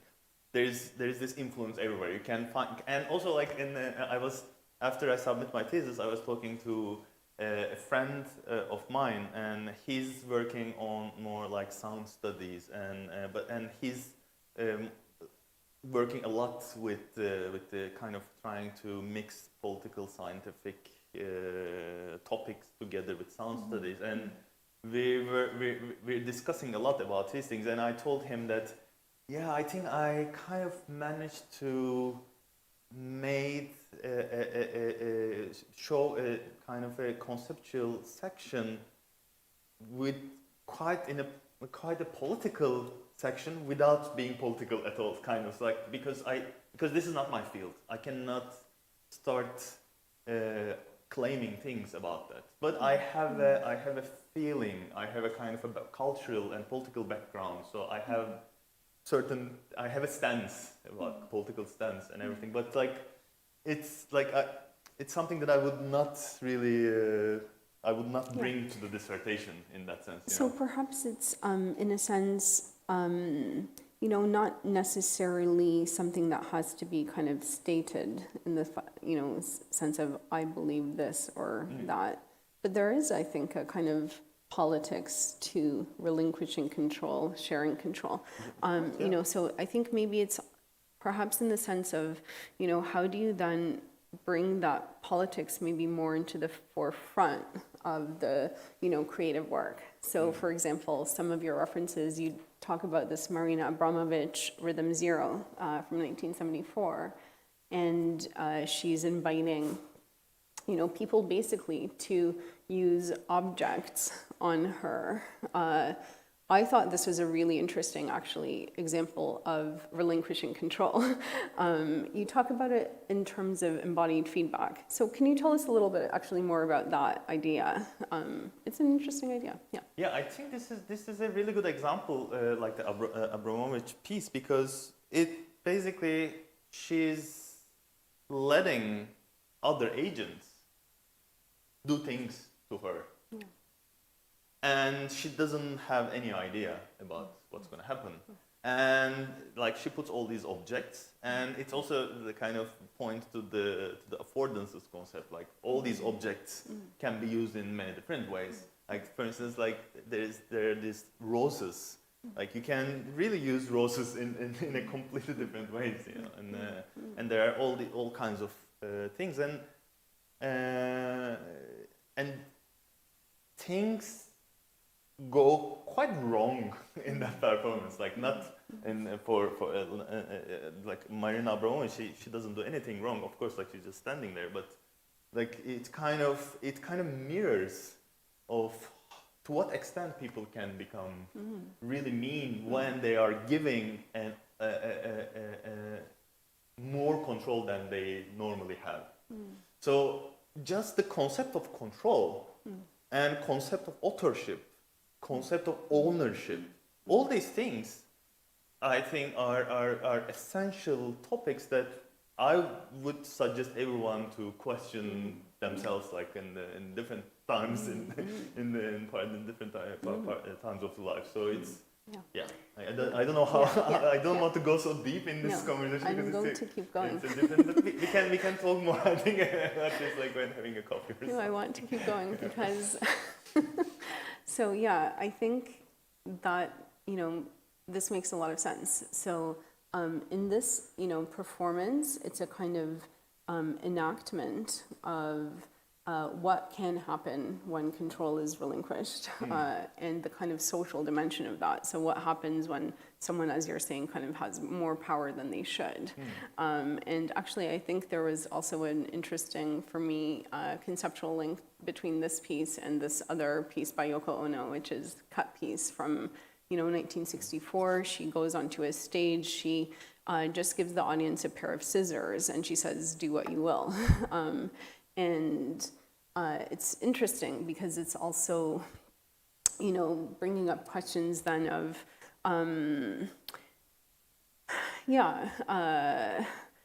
what are the things that inflect those relationships? And I guess that's a question that I have for you. In this case, it's the kind of audience-performer relationship. here you could have these kind of musical agent, non-human, human relationships. So it's interesting for me, these references in terms of focusing this other dimension of, the tensions that are actually inherent in these kinds of processes, what they reveal about who does what, and their uncomfortability and putting something on stage, which is often kind of, hidden. So I think there's, something there that maybe is actually quite interesting for your work as well. And I think you have also done some kind of more overtly political works, maybe earlier, in your practice. You have that wonderful piece, I think, of which is looking at the disappearances in Turkey. Exactly. Yeah. It's I was doing more like more explicitly political works, but Yeah. Anyway, so I just wanted to mention that as an interesting thread that I think is there, and that I think is interesting to think about. Okay, so maybe one more question. Yeah. So now I'm getting into the kind of so this I have to say I found this a very fascinating piece, Brent, because you're enabling, a musician and a dancer to use their, let's say, regular instruments, in one case the computer, in one case the body, but both operating in the same realm of the kind of controlling the sound aspects. So first of all, I thought that was a very, nice, gesture, something to do, original idea. But so you say the dancer reported an alteration in her sense of agency and body awareness. She described as a new type of body. Another critically emphasized aspect was the notion of uncertainty and surprise, a state of not knowing where to and how to. The dancer described how she approached performing with the system. First of all, I think this is wonderful. If you as an artist, as a creator, as a technologist, as a designer can do something which really disrupts someone's understanding, someone like a dancer with their understanding of their own body and its potentials, that's, what someone might dream about, being able to do, especially then as somebody who's concerned with, unpredictability and surprise and bringing those kinds of elements into the mix, because it's not easy to do. So I guess I want to, end by asking, is unlearning an important concept for you as well? And how can you see that? If so, can you see it applied in and through your work? unlearning, you mean like kind of forgetting what you already know, or in that sense, or Perhaps, destroying, or something like that, or perhaps so we've learned about learning, and what learning means in this project in terms of being able to predict, being able to look at patterns and knowing what but what about unlearning? And that could be, for example, unlearning conventions of, musical conventions, perhaps bodily movement conventions, perhaps sensibility around the body and its dimensions in this case and its capabilities. I understand the question, and I like to tell, when I was working on that system in the very beginning, I clearly remember one moment down in one of the rooms at Ritmo, I was working on, and Alexander came in the room, and I showed him a little bit the process, and he just told me that how much I was thinking as a musician, and he kind of suggested me to try to stop thinking about like a musician and start trying to think more like a dancer. And this was a very, very a nice breaking point for me, because I never thought that I was really stuck almost thinking like a musician. So that from that point I started to force myself to kind of unlearn if that fits what you're asking. So yeah, so that's How wonderful. That was a very informative suggestion. That's brilliant. Yeah. And yeah, how wonderful that you were also, supported in doing these quite challenging projects that disrupt these conventions. So I think maybe we'll wrap here for this part of the disputation. And thank you so much, Çağrı, for this fascinating discussion. Yeah. Thank you.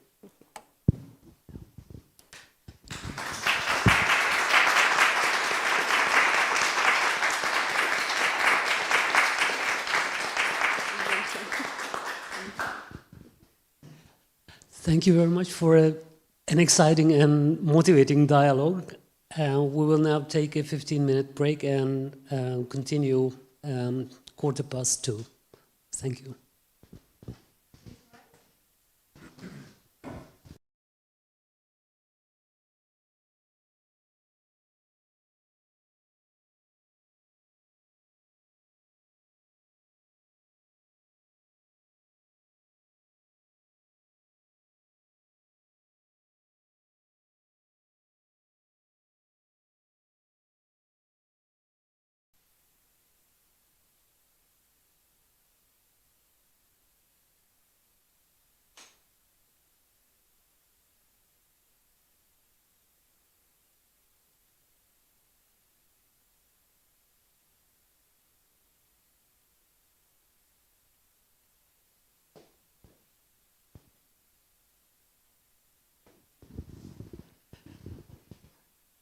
Thank you very much and welcome back. I would now like to call upon the second opponent, Professor Jonna Vuoskoski, to come forward, please, and the candidate as well. The floor and the screen are yours.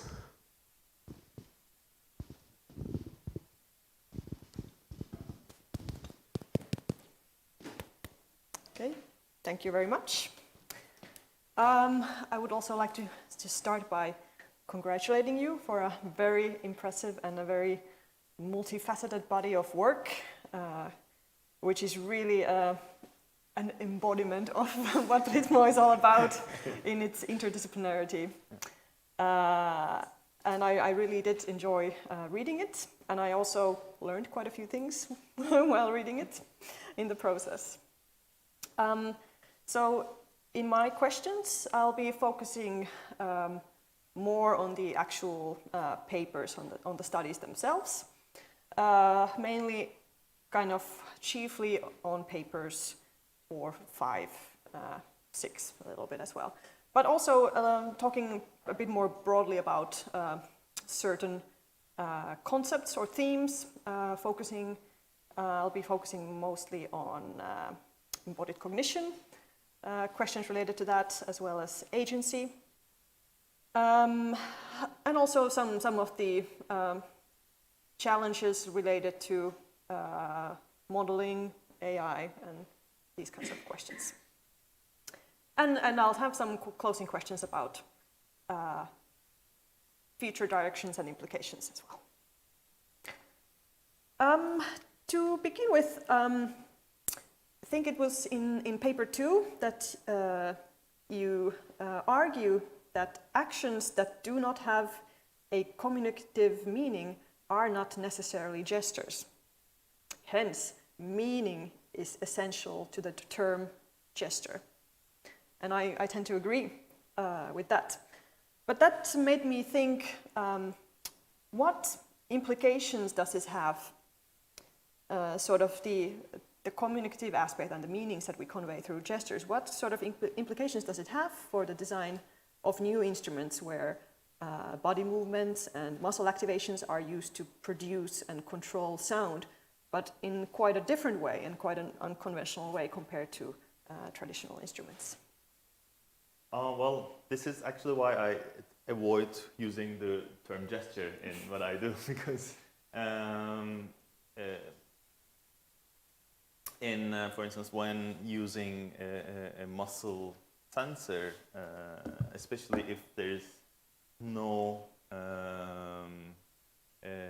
kind of traditional instrument, like if you're using in the air, then it's not easy to talk about gesture because for the gesture, as we elaborate in that paper, there are at least two sides of the communication. There are at least you need two sides, like one who executes who makes the gesture, and the other one who receives the gesture. So and when performing in the air, of course there's an audience who see what you do, but to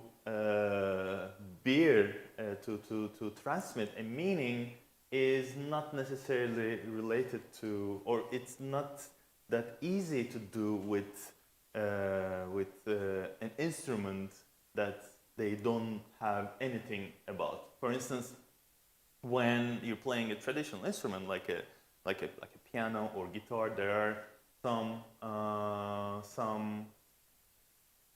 some gestures that pretty much everyone knows about. Like when I was giving this example in the beginning, like there are some gestures that when you're watching it, you can understand, you can kind of guess the meaning of it based on the context, of course, based on the particular performance context and everything. But it becomes too abstract when in the context of new instruments, especially, because like then what's the meaning? Like, and I don't know if I can answer your question, but the meaning overall, the concept of meaning becomes, I think, quite abstract when we're talking about new instruments, and especially instruments that don't have a physical body, like using a variable sensors. Yeah, no, I can sort of follow up a little bit on sort of my thoughts around it, because there seems to be this sort of interesting meeting point or an interaction between, like, first of all, the performer and what we know from these studies looking at gesture in musical performance in a more broad sense, is that gestures, they are not purely communicative. I mean, musicians don't use gestures just to convey information to the audience or to other performers, although that also is an important function that they have. But they also play a cognitive role for the performer themselves, like in order to really kind of fully express what you want to convey, or like convey whether it's an emotion or some other type of intention, that you are indeed embodying it, and that's kind of reflected through gestures as well. And then, of course, the audience will perceive certain things, or they will interpret certain kinds of movements, maybe as conveying meaning in different ways. And then you have the mappings to the of movement or muscle activation to the instruments and the types of sounds that it produces. So it's all like those three things are, I guess, kind of interacting in a. Now it became a little more clear, at least also on my side. And what I can it just reminded me something that I had it a few times when I'm performing. For instance, I will give two versions of the same example. Like when I'm performing with these muscle sensors on my two forearms, like one of the bodily motion, I would say, like I do a lot, is, for instance, this. And when I do this, it creates, it's kind of like a big looking, like it's, I don't know the right word here, but like, when I think it from the audience perspective, it's like quite a, like a powerful gesture. Maybe that's what the kind of meaning they receive there is something like that. But like when there were sometimes where the sound, the resultant sound was like so tiny, so little, almost like, let's say, for instance. And then this was one of the points where I felt this differences between what I'm trying to do, what I'm conveying, and what they're expecting, and getting surprised, and somehow meeting at this surprising kind of the double-sided interaction. It's a little bit hard to explain, but this was one thing that I experienced with this. What kind of meanings can be conveyed, using this practice, and the other one, especially when I performed with other musicians, and especially acoustic musicians.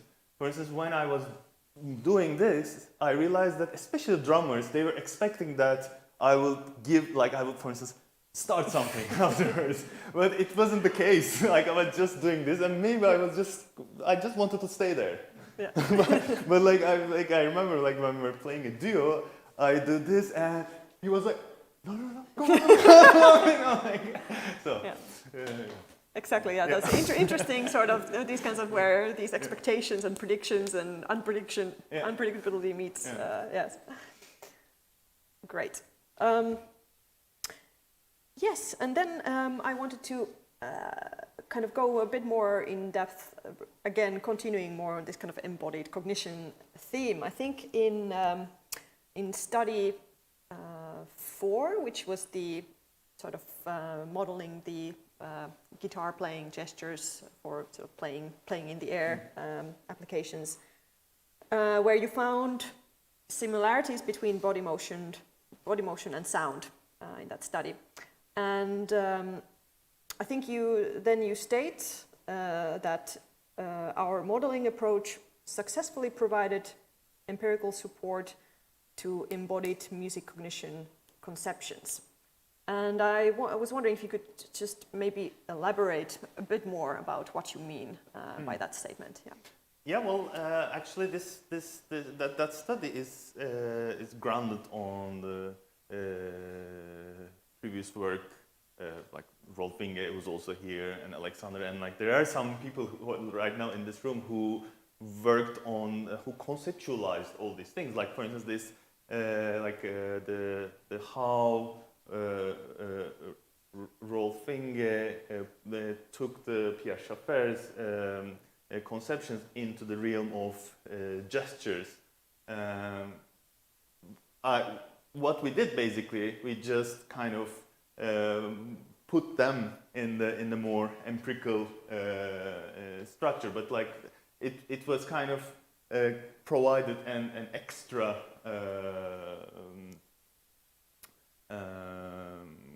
support to those conceptions. And yes, for instance, we saw the kind of muscular energy shape is reflected on the resultant sound, and there we can clearly see the difference between the excitation motion and the modification motion. These were things that they already said a few times, but we just kind of analyzed that, and it was not surprising, but it was also confirming and comforting to have these results. If that answers. Yeah, and I think what you also found, if I remember correctly, was that when you were using the data collected while performing these different types of kind of isolated or the movement types, and you were able to then predict the movements during the improvisation just using that exactly. That was actually one of the most cheering outcomes of that work, because we recorded both controlled and giving tasks, which were based on these motion types, this impulsive, iterative, and sustain, and some free improvisations. And we trained the model using only the tasks and excluding the data from free improvisations. And then in the end, we saw that using just these 3 types of motion data set, you can predict all kinds of motion basically. And so it kind of confirms the idea that we can explain all our bodily motion using with just few types of basic motion types. This kind of, this provided an extra support for that idea. Yeah, that was a really interesting finding. Yeah. Yes, and now one of kind of also broad, big questions or topics. So one of the big challenges that you mentioned that's been a challenge for past research with AI and especially musical, well, in general, AI more broadly and also with musical AI has been the disembodiment and disconnectedness of AI. And I wondered how you felt how your current work has contributed to moving the field forward in this regard. Yeah, well, right now I think in the music, like I can talk more about the music side. First, there is the bigger focus is on the sound, of course, and it makes sense because we're talking about a sonic art form here. And in the literature review, I also show that like the big portion of works focus on sound and on processing sound in many different ways. You know, there are some works process the sound from a more cognitive way. They analyze the affective aspects of the sounds made, and some others focus on the more low-level aspects of sound and so on. But there are not really so many, as many at least, work that focus on receiving the human performer's body motion or overall bodily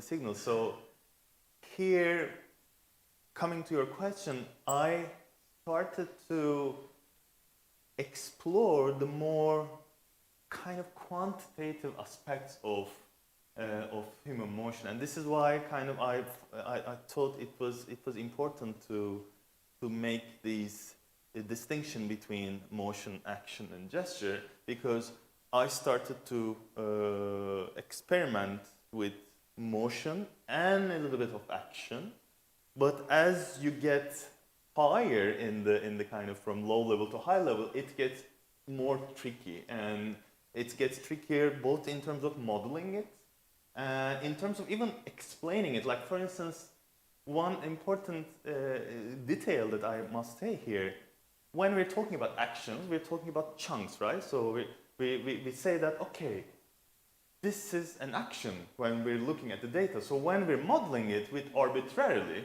we say, this must be starting here and ending here. But who knows? Like, it's completely different from person to person. Well, at least ideally, it must be different. So we're really in the beginning of creating the so-called embodied perspectives for musical agents, because even it's hard for us right now to see where the action really starts and ends. And so I think my work is just an attempt towards, you know, exploring that more and more. But, Yeah. No, it's a big challenge, and you know, it's. Yeah, and it's and also like I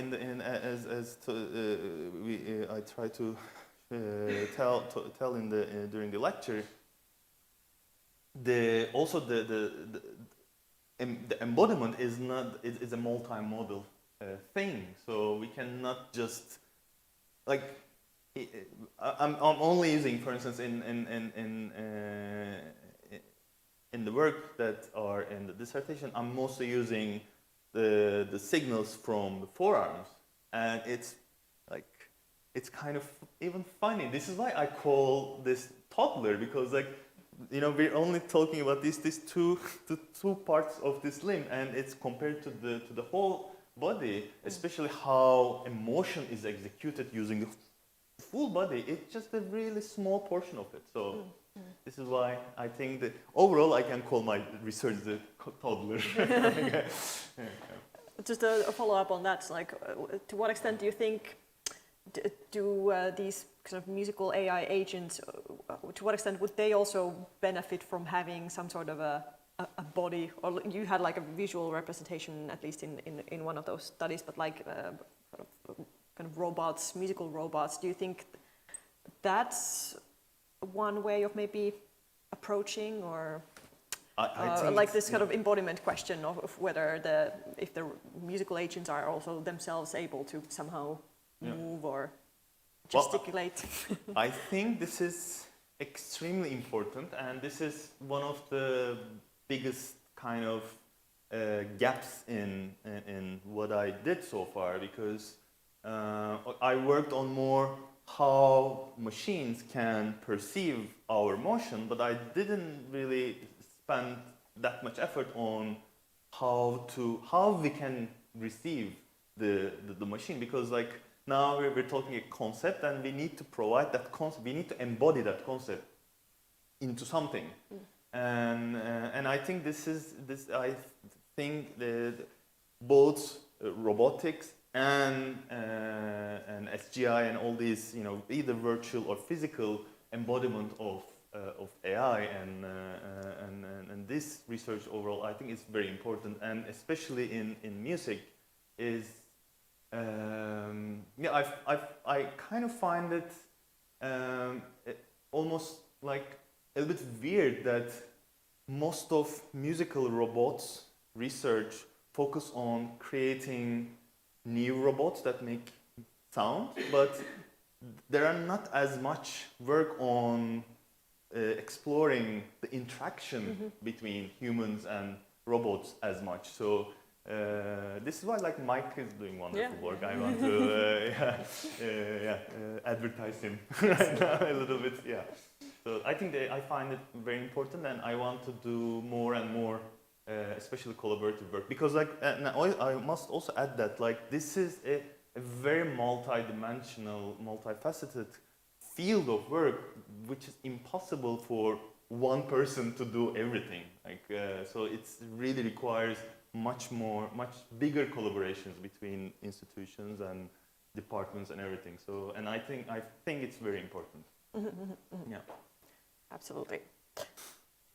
Okay, now that we are kind of, I've moved to the topic of AI and modeling, I just wanted to throw in one sort of more methodological question, mainly related to study 4 and 5.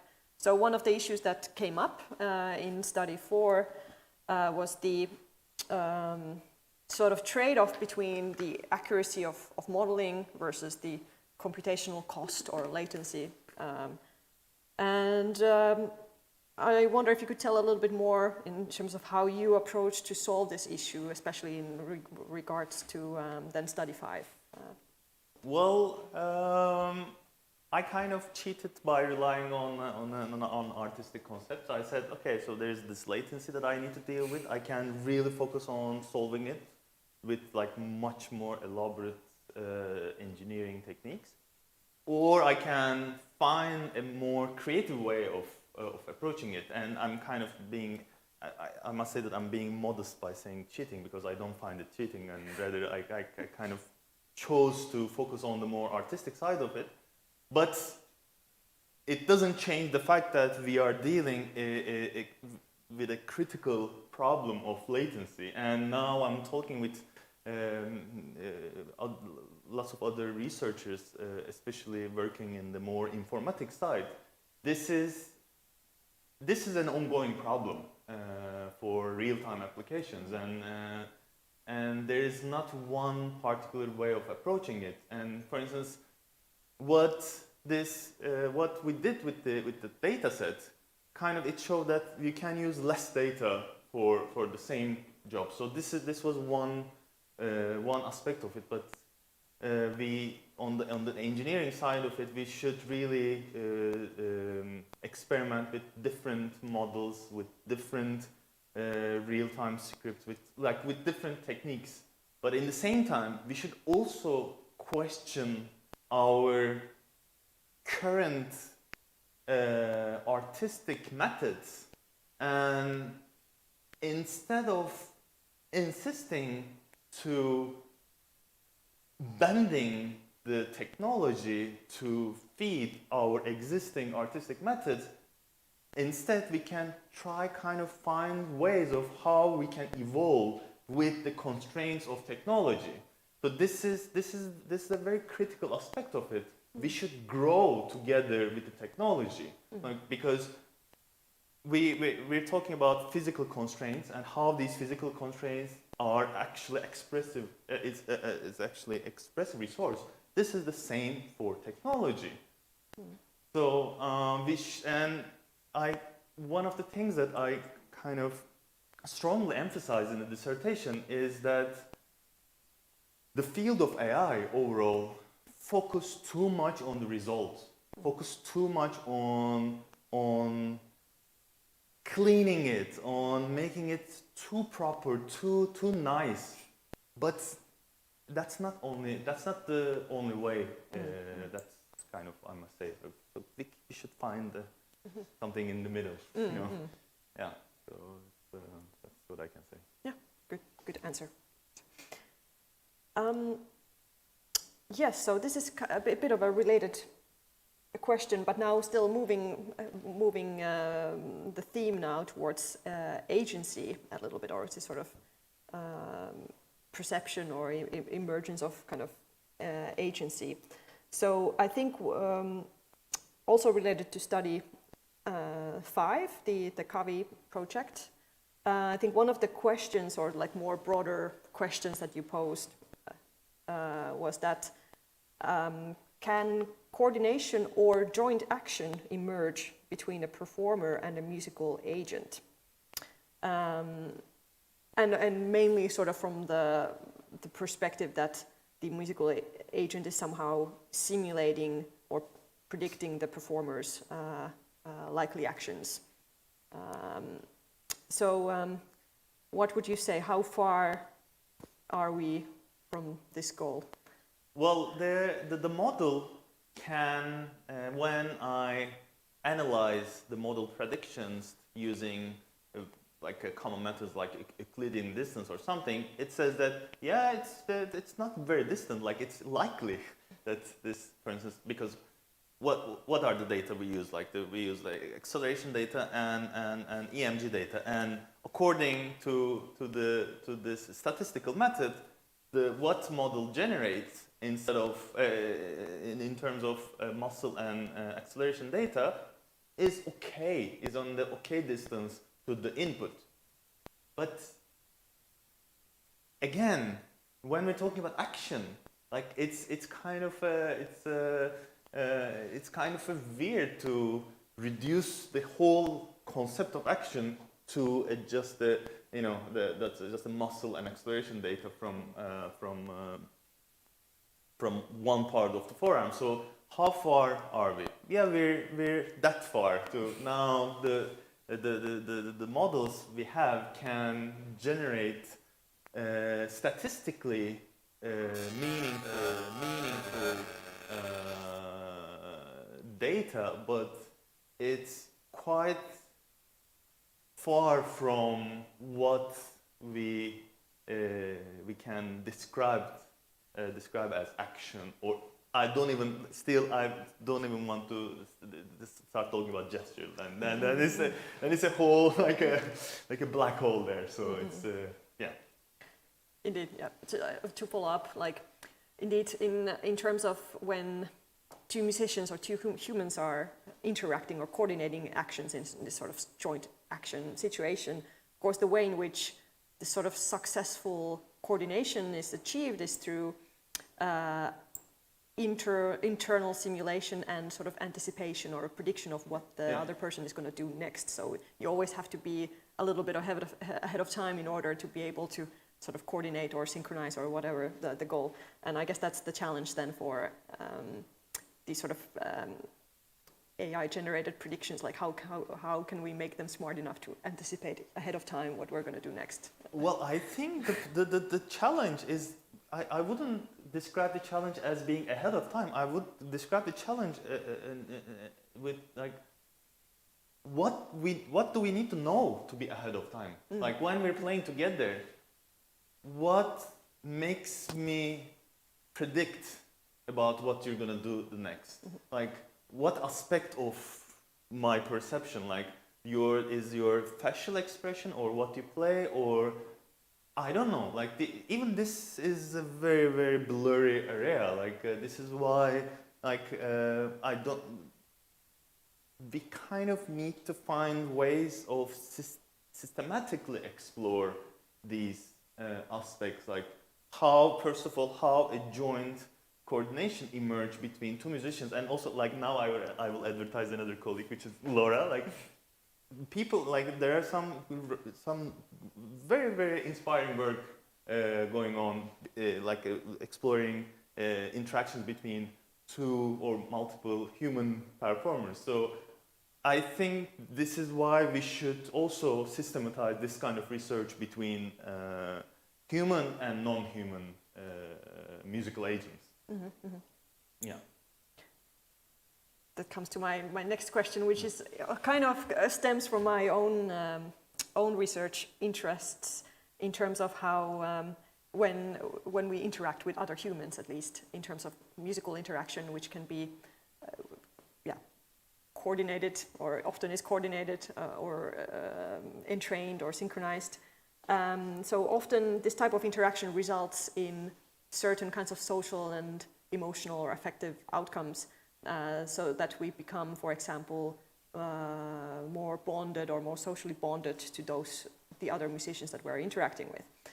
And I wonder if this, what you think, just on a kind of conceptual level, could something similar happen between a musician and a virtual agent when we're interacting with a virtual agent? Can it kind of somehow change our disposition towards that virtual agent? Do you think we can become socially bonded? This points exactly to the kind of future direction I want to go towards, at least somehow, because I really want to explore more the effective aspects of our body motion, for instance, you know, Alberto Comuri and his lab has been working on this quite for some time right now, but I kind of want to go on some other aspects of it, and like how right now I've worked on the more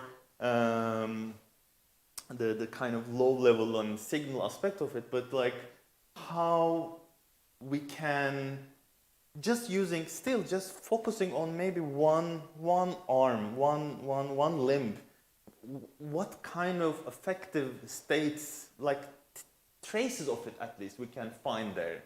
And because like of course all these things happen in a more like in a full body context, and it's much more complex, but like even just with the finger motion, even in like smaller aspects of the body, it's possible. Like for instance, you can, like there are lots of works about that, right? Like when you look at the finger motion of someone, you can kind of guess the anxiety level, right? So there are lots of works like this. So I'm just wondering how we can kind of explore this kind of little details in musical context, because this is what I do when we're improvising. I really I see some part of you, and then it gives me some feeling, but I don't know what I'm seeing, and I don't know where to look. It just happens naturally. So this is why, again, like it's coming to the beginning, like how to systematize this kind of research. I think this is a big question, which I don't have a concrete answer yet. Right. Yeah. Good. Okay, so moving on to the theme of surprise in relation to agency, because I found that quite interesting as well. So just to start with, in paper 6, you were involved in the experiment 4, which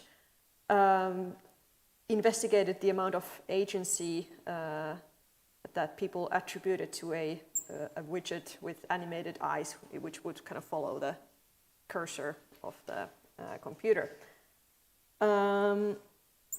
And I can just read this so that also the audience gets the result in a nutshell. So the findings suggested that visitors attributed the most agency to the angular offset condition in which the eyes of the agent, dot, were offset in the direction of the cursor plus some angle that drifts over time using Brownian motion. This suggests that people favored the aspect of surprise in the interaction. And I found it really interesting, this idea of somehow the aspect of surprise contributing to this perception or attribution of agency. And why do you think that this condition was perceived as conveying the most agency? And do you think it can be fully explained by surprise or unpredictability? Well, in that particular experiment, when you think about the other conditions, they were basically boring. Like the eyes, they were like 3 different conditions. The first one was the just control condition, so I'm not talking about that, but there were 2 other conditions, and both actually were the eyes were following the cursor, but in one condition there were only 1 eye, and the other one there were 2 eyes, so both were the same conceptually. So, and this is like, imagine that you're exploring something in the visual domain, and there's an eye, which an eye is something that is very humanly, or it represents a living organism a lot, especially like the kind of living organisms that we interact using our eyes and vision. So, but imagine that an eye is just following your cursor, so it just becomes boring after a very short while. And actually, in that experiment, maybe it can read a little misleading the way I put it, because normally in the experiment it shows that people engage more with when the eye drifts with a little bit of noise. So from there we can interpret that, yeah, it's because and they ascribe more agency to that, because then it becomes like, it kind of makes you interact more, because you start wondering what's going to happen in the next. And this is exactly what I had in the study with Kavi, because I was actually worried that musicians would find it too unpredictable, but it was exact same opposite. Like they thought that it became too predictable after a while. And this was a funny outcome, because it was a negative critique for the system I developed, but it was a positive outcome for what I was expecting or what I was hoping to be. So it was it confirmed my conceptual expectations, even though it showed the weakness of my system. So, but I think it's different in creative contexts, or more creative artistic contexts. And I don't think, like, if you're, for instance, if you're controlling a robotic arm that makes a very precise task, I don't think you would expect some surprising thing, like if you're making a surgery or something, that would be a disaster. So, yeah. For sure. I wanted to follow up indeed about the Kavi project and the role of surprise, because it's what you kind of indeed found there as well, the same theme, that surprise seemed to be important in the sense that it was almost too predictable. But another thing that's what I thought was interesting that you mentioned, that again I'm just quoting you here, that musicians explained in their post-concert interviews that they had experienced musicians explained in their post-concert interviews that they had expected a fully functioning free improvisation agent. However, what I had in mind was a designed improvisation or a composed improvisation. So there seemed to be some bit more like a confusion about the degree of agency and where the agency actually lies. And that sort of made me think, how do these perceptions of agency influence how musicians interact with musical agents, like from the experience that you had with the Kavi project? There are different aspects or parts of this question, and please just poke me if I'm going to the wrong direction while I'm answering. But first of all, I want to say something which is, I think, very important, and which is that when you use the word, the term AI, it can be very misleading, because like people, especially people who are not necessarily working with technology, they may expect that there's going to be something magical that will just solve everything, that will come and then play like a like a professional musician, for instance. And it was funny because like one of the musicians also said that, you know, when he thinks about AI, he remembers Terminator or something like that. And so first of all, that was kind of this is kind of show how can I say, this was kind of one aspect of what people may expect from agency, especially in the context of AI. Or let me say it this way: if I tell you that, okay, now we're gonna do something with AI, you will have a certain expectation from that, and this expectation will kind of also change drastically your experience with what you're doing there. Like if I say instead, yeah, you're gonna just do something with the computer, it can be quite different than, you know, what you would expect from that system. So just the word AI, just this as a concept, I think creates a completely different, you know, expectation from for people. So that was the aspect of it, because they told me that they were expecting that, you know, they were expecting some virtual musician who would, who, you know, they can play with like they're playing with humans. But like, show me if there's something like that. Like, that would be great to have something like that. But yeah, so that's one aspect. And so yeah, especially that, like, how do you think that sort of conflict between what they expected and what the system actually did, like, then sort of affected their interaction and their experience?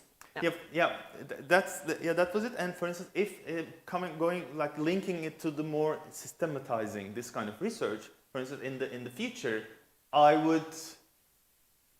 would maybe also collaborate from a colleague with a more psychology, from the field of psychology, and because then we could try out using the same system, but calling it different ways, and kind of measuring how much people engage with it and in what ways. So I'm just curious, for instance, if they did not know that they would play with an AI, so-called AI, what would they do or what would they feel? And when I asked it to them, they said we would be completely different. They said that, you know, we would just, for instance, if I told you that this is a system that I composed for you, they would say, okay, then we would just leave our, you know, the authorship kind of, and we will just waive the control and try to make best out of it. So this is a very critical kind of breaking point. This tells a lot about the concept of agency, but in a quite obscure way, maybe. Yeah. Indeed. Yeah. Very well. I think we are down to the last couple of questions. Okay. So, looking a little bit to the future, I think you've already mentioned a few answers in these lines, but if you were to continue this work, and I'm sure you will in some form, what would be your next step or your next project?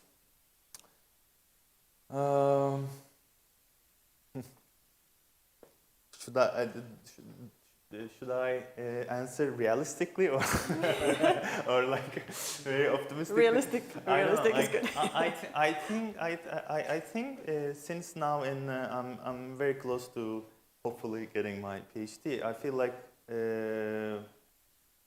what you learn during a PhD is to be more realistic. First of all, I think so. That's what you really learn. You know, there was this meme that compares the PhD proposal and the dissertation. It's like the proposal is like a dinosaur, and the PhD and the outcome is more like a teddy bear. So, I want and I will focus on really like I will try to narrow down things as much as possible. Yeah, for instance, in the copy I used muscles and acceleration together, but like using both signals, which are quite different signals, in the same model, it doesn't work. Like especially people here who working with this kind of networks, they would like relate very easily. Like these two types of signal affect each other almost badly. So, for instance, what I will try is I will focus on just one type of signal and what I can get out of that signal, and also try to train multiple models and use them in the same time. So there are different technical strategies that I want to explore in a systematic way. So that's one like a very low-level answer to your question, and I think the other part is to really focus more on the interaction, like because I haven't really focused on systematically investigating the interaction. Like I collected lots of self-reports and qualitative data, but I don't see that I really systematically investigated this qualitative aspects of this work. So this is something that should be done more and more in the future. So yeah, this is another part. Like I will maybe, if I have, let's say, if I have a year of doing a project, I will maybe spend more time on the user studies of what I develop, or I will kind of plan my research more with the thinking about the studying what we develop, because like it's when you're working with technology, it's very possible that you just focus on developing things, but like yeah, it's good that Alexander always kept reminding me that, you know, just developing things will not bring me a PhD. So I try to also work on assessing the outcome of it, like as much as I could. So yeah. Yeah, sounds great. And now finally, just looking at the big picture, so your kind of this body of work as a whole. What do you think is the sort of the main contribution? What can we learn from this body of work to be applied in the future in the design of musical agents or musical new instruments?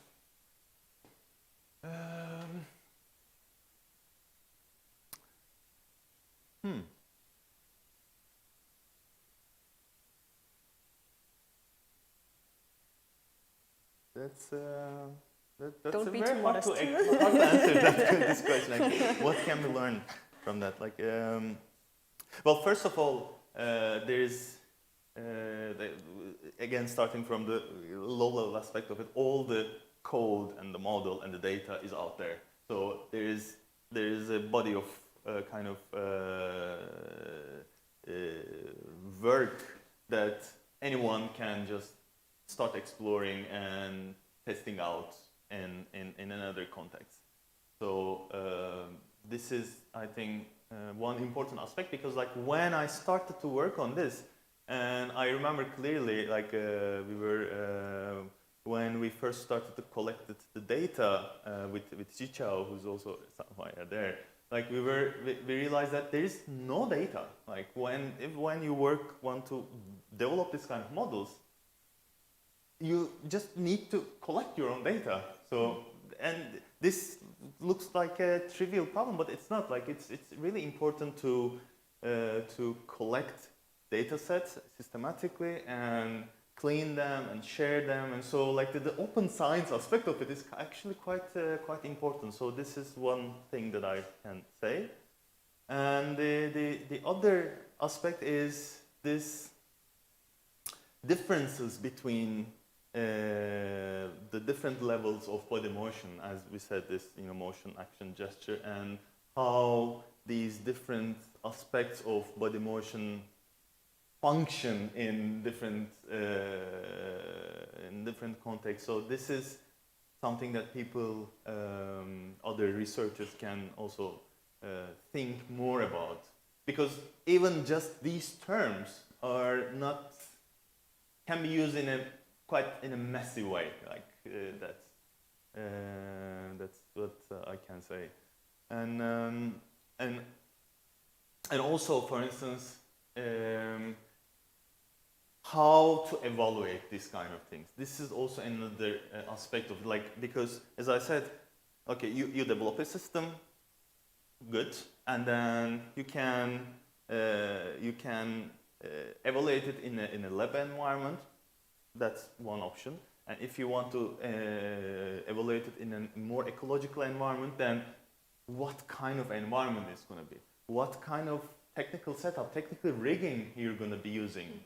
And what kind of audience interaction there will, like, these are all kind of aspects that people, I expect the reader would say, oh, okay, so then we need to take care of this kind of things, because like this guy, he didn't really pay attention on this, and then it didn't work for him, so we should take care. So,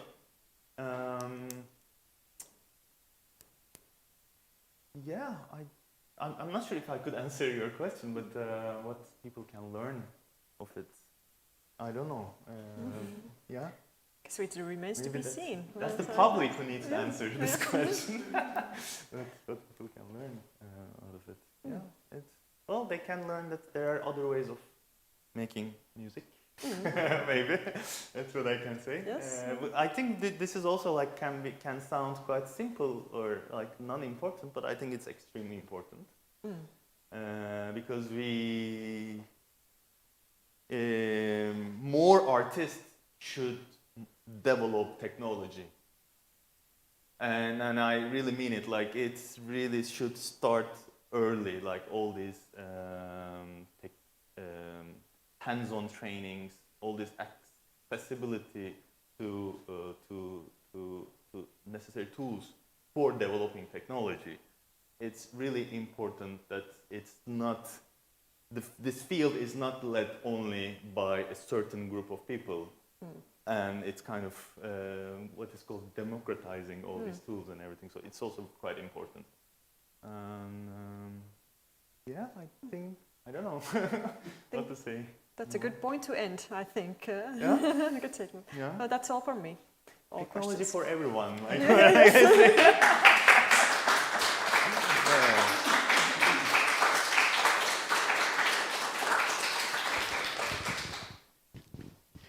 Thank you very much for another interesting and lively dialogue. Yeah. Thank you both. I would like to ask now whether anybody wishes to speak as an opponent ex Auditorio. Yes, please.